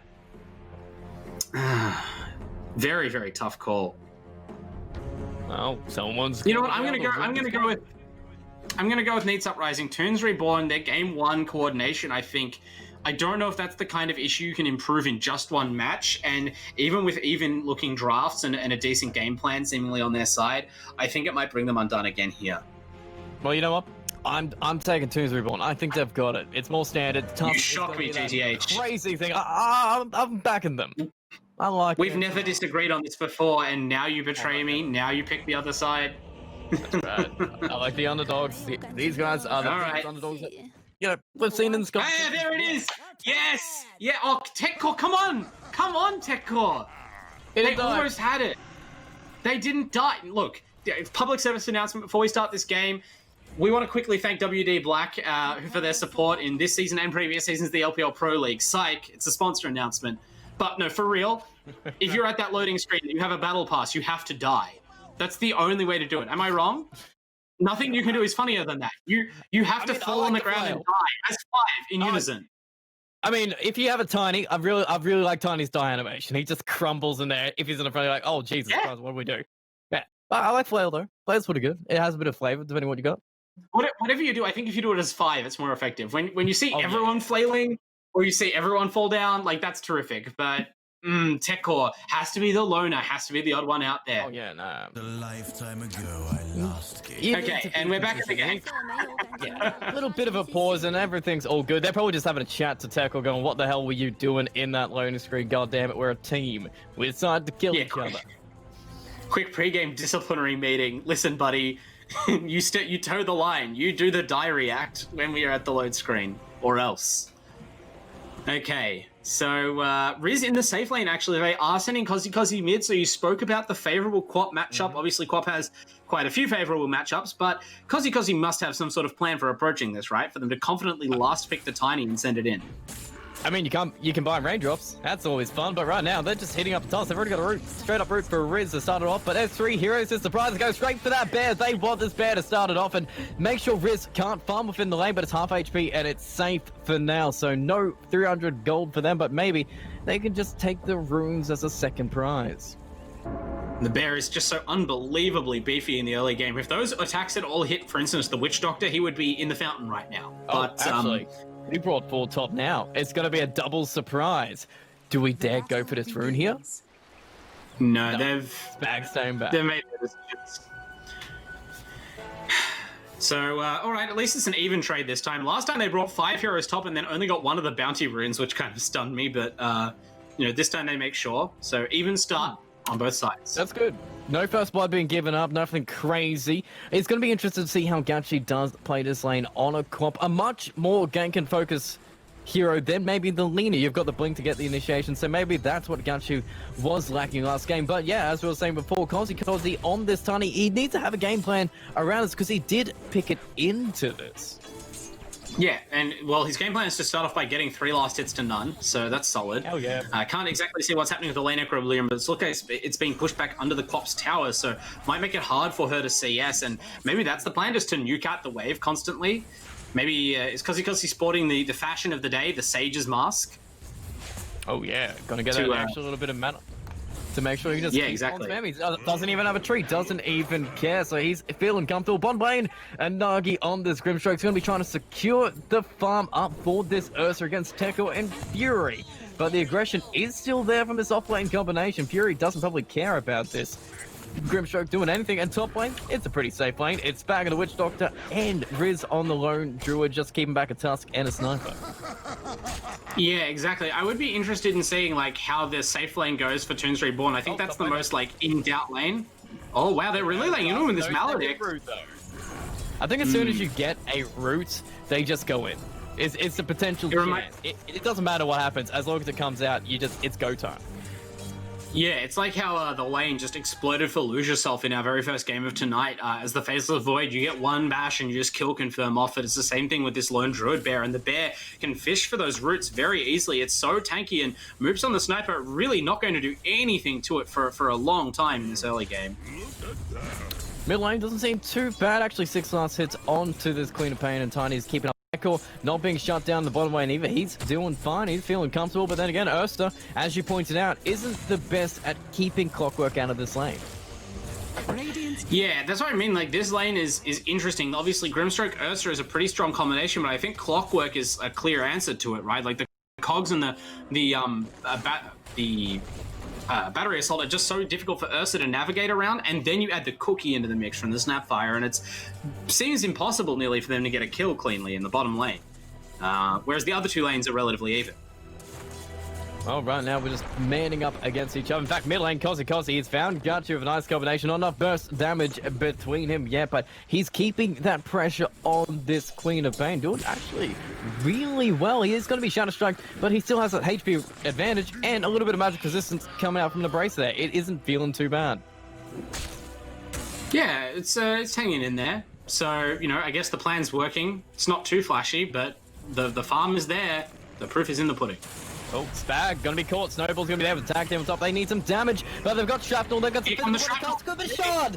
No, they've blocked in trouble. the Witch Doctor back to safety. He's absolutely fine, all safe to go, and that feels a little bit rough. Maybe it's a little bit of inexperience on this tussle and shot, but mid lane, don't worry. First blood. Kozi takes out the Quap. Gachi being put down, and first blood on Tani.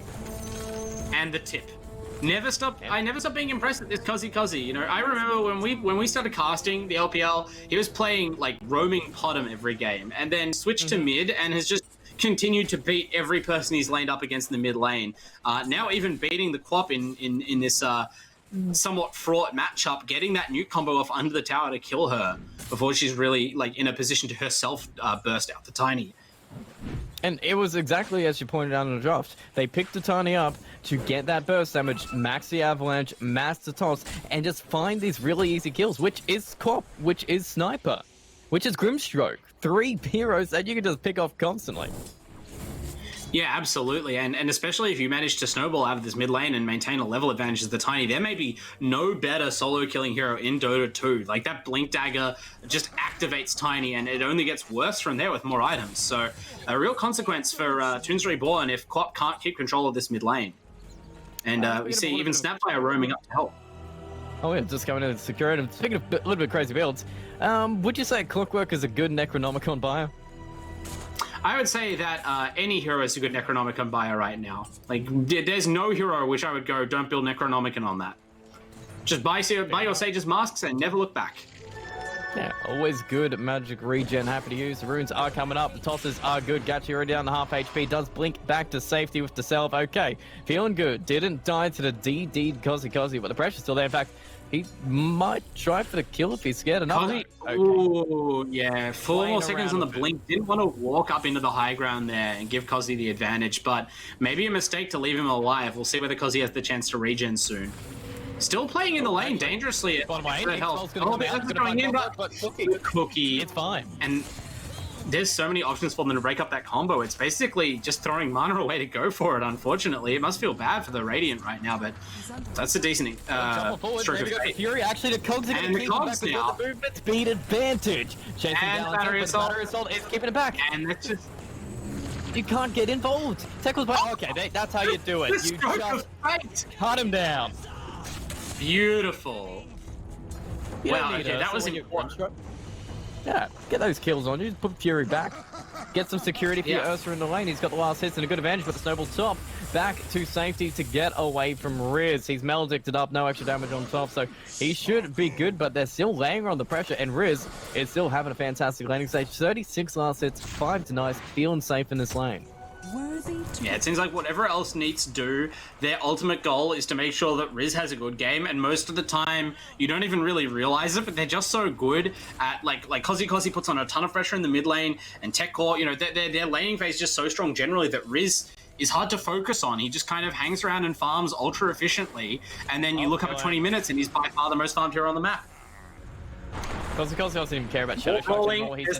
He's just walking in an avalanche and walking back. He's good. This is his lane. Yeah. Yeah, Gachi can't keep up on the health regen front, which is really interesting. You would think the Quap, now that the Quap has the ultimate, you would think that there would be kill threat on the Tiny, but just can't seem to put it all together. Kozi playing this lane brilliantly. Now going back in, chasing the Quap under a tower. Looks like she's just falling back to the crew, but there's rockets flying in. She has to be careful. Kozi does go down. Yeah. Okay. It took him a while, but Gachi gets back on the board. So good gold for Queen of Pain. Happy to take it. Shut down Kozi. Slow down his advantage. Keep the Blink Dagger away from his hands and maybe save yourself a little bit of time so you can make those rotations. Maybe you can make sure Ursa gets level 6, gets the opportunity to maybe Roche or rotate. Gachi really needs to dictate this game. Looks like a bit of a failed dive there as well. I'm not sure what the timing was for the courier coming in. Looked like it had a salve for the Quap. But regardless, like, Kazi going down without the Quap having to use Sonic Wave is kind of a big deal. Holding it in, but bottom Oh, now the guys are going in. Maybe this is a kill. A cookie to get away to dodge it completely. The Necronomicon's are here.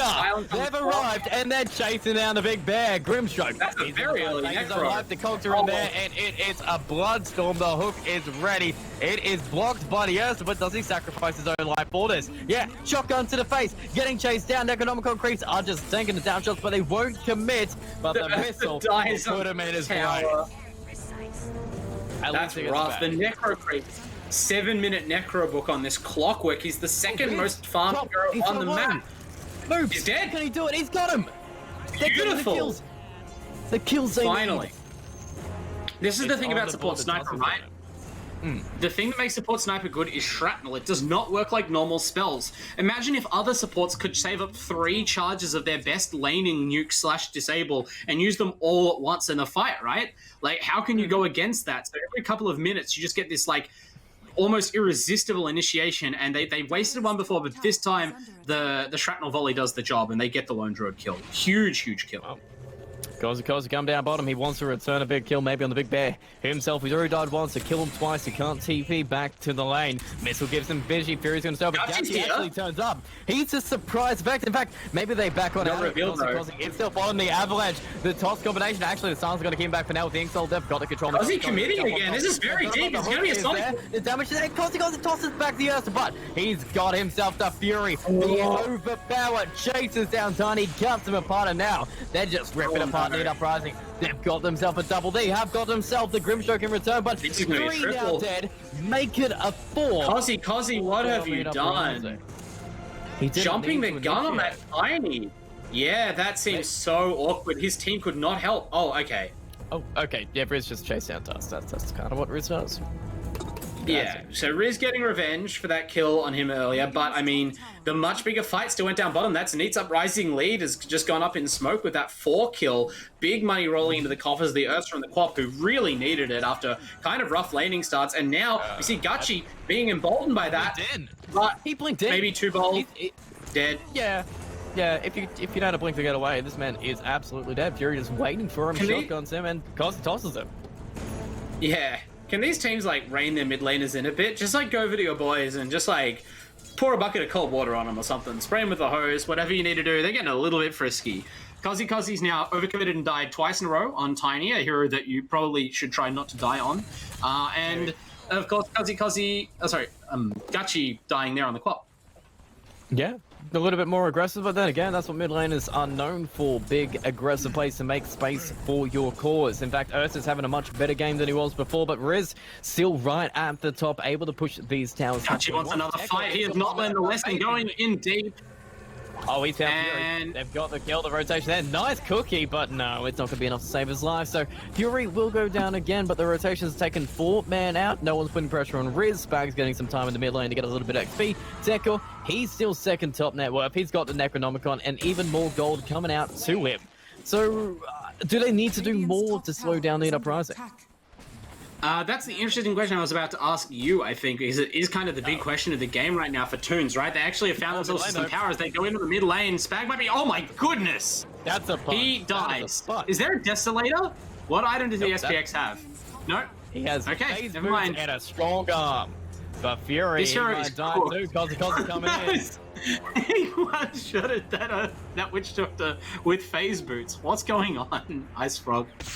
Well, I mean, what's going on is that the crit damage from Walrus Punch multiplies the bonus damage from rank 3 tag team, which is pretty good. But yeah, I guess putting Neet Uprising support heroes on notice that they can and will die to, you know, the weakest core of ToOnz. And the Ursa, well, that's some fancy stepping. Oh, the toss! Wow. He tossed him right onto him, gets him in the bats, and yeah, the strongest core on ToOnz Reborn was just taken down out, and that means the tier 1 tower bottom, it's open. Open for business just to take on out. Kazi's got his trio ready to help on out, and they're already ready to push. And Riz, he doesn't even need to be helped with this. He's in the jungle getting his Master Madness. Kazi going back mid to maybe just pressure up Gachi again. So it still feels like Neet Uprising. They have some good control, even if they do go a little bit too crazy sometimes. Yeah, I think it's very interesting that Tekor has a Necro too, but if you look at Kozi, if you look at both mid heroes, right, they're roughly the same farm. But Quap has treads and 2 nulls, and I think Kozi has boots and 2 braces and a bottle. But like, when you consider those 2 heroes, those are the only items Quap needs, right? Like, she's in team fighting shape. Kozi's Tiny is like nowhere near a blink dagger and not even going for one. He's like building into phase, I think. Well, Tekor is just trying to run away. In fact, he's going to find Ursa. The hook's going to miss everybody. Fury could have caught it by the Asia cooking, but it's all by him. He's got to run. The Grimstroke just on the other side. Ursa's in the middle. He's overpowered, but Kozi's finally here. The Cogs pushing back, and they just shotgun him out. Tekor's still alive. Grimstroke, oh man, he's 1v1 between the Snapper and him, but he's already out of it. Tekor finally gets traded with moves coming in to assassinate, finish him off, but it's a support on support fight while Riz takes on the cause. Tusk just being changed. The Necronomicons are just doing their work, and who dies here? It is going to be... The sun, is there a stroke of fate? There needs to be a stroke of fate. The jukes! Oh, no, they've got the vision. Fury's got it. He cancelled his stroke. That means they cancel him, so he's out of here. 3 dead. Riz finally joining the fight, and some towers for him. The push, Kozi's not even done. Toss? Okay, he tosses the creep, but I don't think he gets it. Don't overcommit to this. He's gonna get... Moves coming back in. Shuttle. He's out. He's got a quick but he got it. The overcommitment. Wow. Very nice. Again, Kozi being punished. I feel like I may have cursed him. I commented when he got that solo kill on the tower and how well he's been doing in mid. Now it's kind of falling apart. Tekor though, rock solid. Raider. Oh no, this sniper. That boards has paid off. Yeah, look at this Clockwork hero, right? Like, this has always been a hero that even as a core, you kind of expect a bit of a lower impact from. It kind of a fire and forget. You get the ultimate, you get the cogs off, and that's your team fight done. But look at this map presence he has just by going Necro 1. It's such a strong item right now. 3-man cookie into cogs. Riz just cleaning up. Neet Uprising just dismantling them. It's a house party in the Clockwork cog. I've never seen that many heroes inside one cogs. It's Fury, he jumped on them, he got the cookie, he landed on all 3, and then Tekor literally just had to walk up, press W, and they all got trapped in the Thunderdome. I told you, Fury's the X Factor. He's so good. Oh, Snipe has to be careful. Tekor has an ultimate in another 6 seconds. This could just be a hook shot, although it must be said the Necro Creeps are already summoned, so it would be difficult to get them into play for the extra damage. But I don't know, this Sniper doesn't have a lot of health. He's only halfway to this Aghanim, still needs another 1,300 gold to be really effectual. And we saw in that last fight, right? Like, the Grimstroke ultimate was the spell that prompted ToOnz Reborn to chase in, but their only single target spell of notice to really follow up on is that Sniper Assassinate. And without the Aghanims, it just wasn't enough damage to win them the fight. They kind of got baited almost. Well, we've got to be careful, because while it is 14-14, it's still a 6k gold lead to Neet Uprising. All the items are theirs, all the pushing is there, all the space on the map is theirs, and Ursa, he's feel like he's been left a little bit behind, still trying to farm up that basher, looking for an opportunity to maybe get that aggression on, because Ursa isn't a hero that you traditionally want to just farm on, especially if you're not going, say, a farming build like the Battle Fury. Or something that can make you keep up with Riz. If you aren't going first item Battle Fury, then farming on this hero is a lost cause. You have to commit right at the start of the game if you want to try and be a one-position Ursa in that way. But I don't mind the they do have other options for dealing damage. This Sniper will eventually scale as well if the game goes really late. I'm just worried about what they do about Riz, right? Because Riz is going to come to a timing, and this Clockwork is going to be a really strong presence regardless of whether he decides to finish the Necro or whether maybe he builds Ags instead. As they initiate on this Ursa, this is bold. Overpower. It keeps him alive, and he's able to survive. In fact, he jumps back in to maybe go for Kozi, but we're good. We're good. We're not going to die on either side, but just keeping the pressure on. The Basher, it still ain't here. Ursa can't even hit a creep. Everybody's just sitting around as tier 2, just trying to protect it. Fury, he'll walk into the entire enemy team, so maybe they can get themselves something out of this, but Fury, he's happy to sacrifice. We've got to stop cursing everybody else gets out. Okay, I promise, Neets, I'm not going to praise anyone now, in case they, run forward into enemy vision and die. It seems to be the going thing. Yeah, whenever the name is heard, they see red and just run straight forward, looking to make some big old kills. And, the big kill was there. Like, Ursa is a amazing kill to get if you can start him up. The hook, a little bit off the mark there. Even Riz came down just in case there was a fight there. So they're still looking to keep the pressure onto this Ursa while he jukes around the creeps, just running around in circles. But he's going to be able to try to at least get the trees, but Cogs is going to be there. You'll set a bit of miscommunication. That's a miscommunication, but you do have an ult. You wait for it. He's running. Shotgun. Oh, there's 3 heroes there. Onto the clock. The combo is there with a little bit of shredding. Wow. You get yourself an Ursa. Gachi. They might fall up on this. A lot of stock used. Now they're in the area. It's clock though. Do you want to go on clock? He's very tanky, and there you go. Island. The ult's coming in. The Mortimer's kisses. They're raining down. Gachi's going on the backside to go for Fury. He does get something away, but he picks it up. So you just jump him, you do the damage, and he dies instead. Fury will be sacrificed, but you're happy to take that if you kill the co-op. And you kill the Grimstroke on top, and you're not even done. Kozi in the backside. Who's he got? He's got himself a task with a perfect fear. And the hook's right. To complete it. The hook is massive. That's the weirdest team I've ever seen. What happened? They looked like they had different priorities. Like, I know Fury got the old top, but you took your priority away from Tekor. He's survived the entire time. You got the kill on Fury, but it sacrificed your quap. Is that ever worth it? No, I feel like we keep saying this, GTH. Like, it does seem like this ToOnz Reborn team, they're good players, clearly, but there's such obvious clashes in their decision making, right? Like, how did when the Ursa got gone on, right? So that there obviously was a bit of a miscommunication from Neet. They used to set up the cogs on Tech Core at the same time as they threw the Witch Doctor spells. They lost a ton of damage. In my mind, I'm like, okay, now that Ursa's going to survive, they might even collapse and turn this kill. But then you look at the minimap and the Radiant team, who were just in the jungle there when they fired the clock hook shot seconds before, they've all moved back to mid lanes. They were totally out of reach to help the Ursa. But the Neet hadn't gone anywhere, so they just collapse on your carrier and kill him. Like, you can't just drift apart like that. And then when they take the team fight, they, as you said, get split off between different targets. They use their spells inefficiently. They get run down. It just shows a real lack of communication. I don't know if there's someone calling the shots or what's happening on this side, but ToOnz Reborn, they need to tighten it up. They do, and right now it's going to come in the form of a 5-man smoke, looking to pick up a target, a little bit of control back in this game, but at the same point in time, Uprising, they're around the Roche pit, they're ready to go, and Tekor, he's got cogs, so if you walk up there, yeah, you've been seen. Shards are going to show a Necronomicon creeps, and now you need to run the other way, unless you get hooked inside the Grimstroke and get one kill first. Gachi has TP, but Kozi again finds a backline, finds a sniper, and finishes on two, making it a double, and Gachi in the middle of the heals, get the fear, get the rune, he's out of here too, make it a triple. Your smoke went disastrously.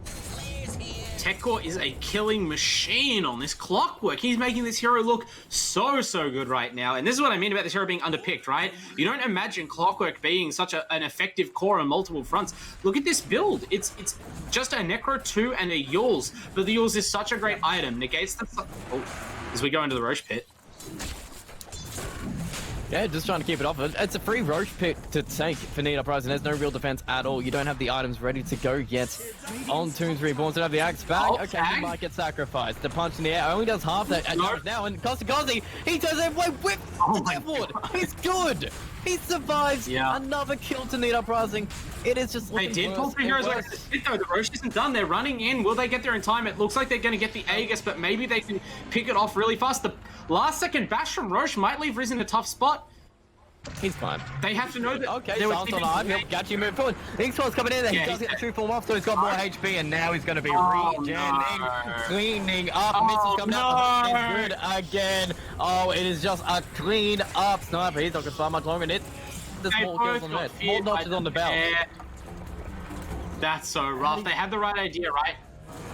You know that Kozi rotated away from the pit and that there's an opening to kill Riz and maybe deny that Aegis before it gets any real use in the game, any value, but unfortunately they didn't have the damage. And then, yeah, that Bear Fear setting up another beautiful hookshot from Tekor. The Tekor has kept pace with Riz's Lone Druid in net worth. As a clockwork, just somehow. He hasn't hit too many creeps himself, but woo, crazy shots, even more crazy going on in, and Grimstroke, he's been killed too. Oh, man. Let's go. Woo. Wicked sick monster kills. These guys are insane. We saw a pretty dominance in our first best of 2 of the day. Team Oracle showing their stuff and really kind of dominating internal Discord. And so we asked, well, this is sort of a challenge indirectly to Neet's Uprising, as the other team you'd probably put on par with Team Oracle on paper. Can they put up an equally good performance? And I don't know about you, GTH, they've impressed me. They have. These guys are just feeling so good. They're the team that we know and love. This This is the team from last season that dominated every single week of LPL Season 1 for 2020, and now they're just dominating them. Oh man, can Asurus even get a kill on the Witch Doctor? No, he's got the fear, he's jumping back in, but the Death's coming out. Oh man, no, the start on the bed. Stroke of Fate did it again! The only way to get kills is Stroke of Fate. Moves have been caught, the hook has found the Grimstroke, and Riz is coming in to help out the box there from Teckles. It's just fantastic teamwork, and all dead. Where's Gachi? Oh yeah, he's behind, trying to get a return kill, but it ain't happening. Your base is melting. The Yield Scepter has found him. Cogs pushing back in the team. The fear is perfectly timed too. Oh yeah, hate to see it. Is beyond godlike on Lone Druid. Where have we seen that before? Only 10 other LPL games. Pretty much. It's why it's first phase ban every single time. What do you even do if you leave Lone Druid in? This is what happens. If you leave, you know, Enchantress, Shan, these games seem to repeat themselves. I feel like there was the Lone Druid wasn't the sole factor that killed ToOnz Reborn in this game, right? Like, you did ask at the time, like, how long can they leave Riz? But they were doing a decent job of containing him in the early game, and I think there's a balancing act where you slow him down, and then as long as you have a game plan to execute in your own time, it doesn't get to this point. It doesn't get this bad. But the fact was that this clockwork just tore apart anything they were trying to do. Like, Gachi did a better job rotating. ESPX on this task had flashes of brilliance as well as they snowball in, use the ink spell, get the Walrus Punch on Kozzy. Kozzy's tiny, but he's too tanky at this point. They can't get a single kill. They've been corralled back into their fountain and bombarded by these ultimates. The Death Lord, the Mortimer's kisses. Kiss your life goodbye. 4 more deaths for ToOnz Reborn. The game may already be over, but they're trying to reinforce the GG. And Kozzy, is he going to die again? He can't blink out. Yeah. He's stuck in the fountain. He just you can't knock him at this point. This game is looking pretty much sealed. Perfect summary of this game. This time. I was just going to say that team fight summed up this game perfectly. Needs Uprising, kill the entirety of ToOnz Reborn, and then Kozzy overcommits and feeds. That sums it up. Yeah, honestly, every single time it seems to be a repeat pattern. Hey, it's working for them. They're not really losing. In fact, Riz is just baiting out everyone to go onto him. Kozzy's back. He's back, yo, and he's jumping into the backlines, trying to get some more kills. This time, he's not going to feed because he's feeding on you. Riz is beyond godlike, and Neet Uprising. They're taking a comfortable 2-0 victory against ToOnz Reborn here. Yep, they're going to force it out, whether you want to call GG or not. Your base is going down. So, you can get back it's no longer... There's a kill. Effective. Like, you can see a brief glimpse of their initiating power, but they just lost their footing in this game because they could pull this lineup together, unfortunately, for ToOnz. And that game looked better than the first one, I think. Gachi really got a hand in that game, looked good on the quap at times, and, you know, their draft was solid, but just a few key heroes. Comes back to Tech Core, that clockwork play, so nice. It was beautiful. The Necronomicons were fantastic. Even if it's a crazy clockwork item, he made it work. He just got the hooks, popped the Necronomicons, and you were trapped in there with him. And it was just insane to behold. Yeah, Necro 1 in particular, like, you could see that they didn't even immediately move to upgrade that Necro book. It just lasted for a while and gave them the killing power that they needed. So Neet's Uprising 2-0 over ToOnz Reborn, taking it up to Oracle AU. They will be joining them at the top of the standing along with FFY and with Crossfire. We'll see the standings here. Every single team getting a 2-0 to start it off, so it's feeling pretty strong from the top teams here. Oracle, Neet Uprising, Crossfire, and FFY V2, which we will be seeing in the next week with their debut. But right now, we know where the strong teams are. You know, Crossfire, they're doing traditional. Oracle, they're feeling traditional. Neet Uprising are feeling traditional. So these teams, you kind of need to work out how to beat them. Yeah, absolutely. And I must say, for the teams that lost tonight, there are silver linings, right? There are definitely signs of what they can build upon over the course of this season. We've still got a lengthy round robin to play out, but I think we could easily see stronger performances from them, right? The drafts for internal Discord were really interesting. They drafted in such a way that I think would be difficult for teams to exploit. So if they come up against an opponent where they have less of a, let's just say, a pronounced skill gap, then they can really kind of work that to their advantage. And for ToOnz Reborn that we just saw, I think we both understand their real issue is coordination, and that's just something that will naturally improve with time. Their players were definitely good, and they've got the guts to win a game. They just need to make sure that they've got a plan when they go into it. Well, That is at least going to be it for this week 1 of LPL, but week 2, it's looking pretty good too. Sigma Legacy versus Crossfire Monday night, and Internal Discord versus FFY V2 to follow it up on Monday night as well. Yeah, really exciting. Those are two teams who we didn't get to see play this week, so we haven't really done that sort of excited present opening feeling of getting new teams playing for us because, of course, the FFY and Sigma match resulted in a forfeiture. So it'll be exciting to see those teams come up and play for us and understand what they really have to contribute. I'm excited to see him. I like to see a different team. ToOnz Reborn, for what it's worth, they were exciting in their game plan. So I'm pretty stoked for next week. Yeah, absolutely. It's going to be a really exciting one. And of course, we're going to see some of those top teams clash on the second night of the week. So tons of really great games to look forward to. This was just the appetizer, just the first week. A whole season of excellent top-tier LPL Pro action awaits us. It's a smorgasbord of Dota, and I can't wait to dig in. It's looking good. We'd like to thank our sponsors before we go. Vodafone, Kanoka, WD Black, and New Zealand Defence Force. Fantastic sponsors of this season of LPL, Season 2 2020. And we will catch you Monday night next week for Week 2 at 6:30 Australian Eastern Standard Time.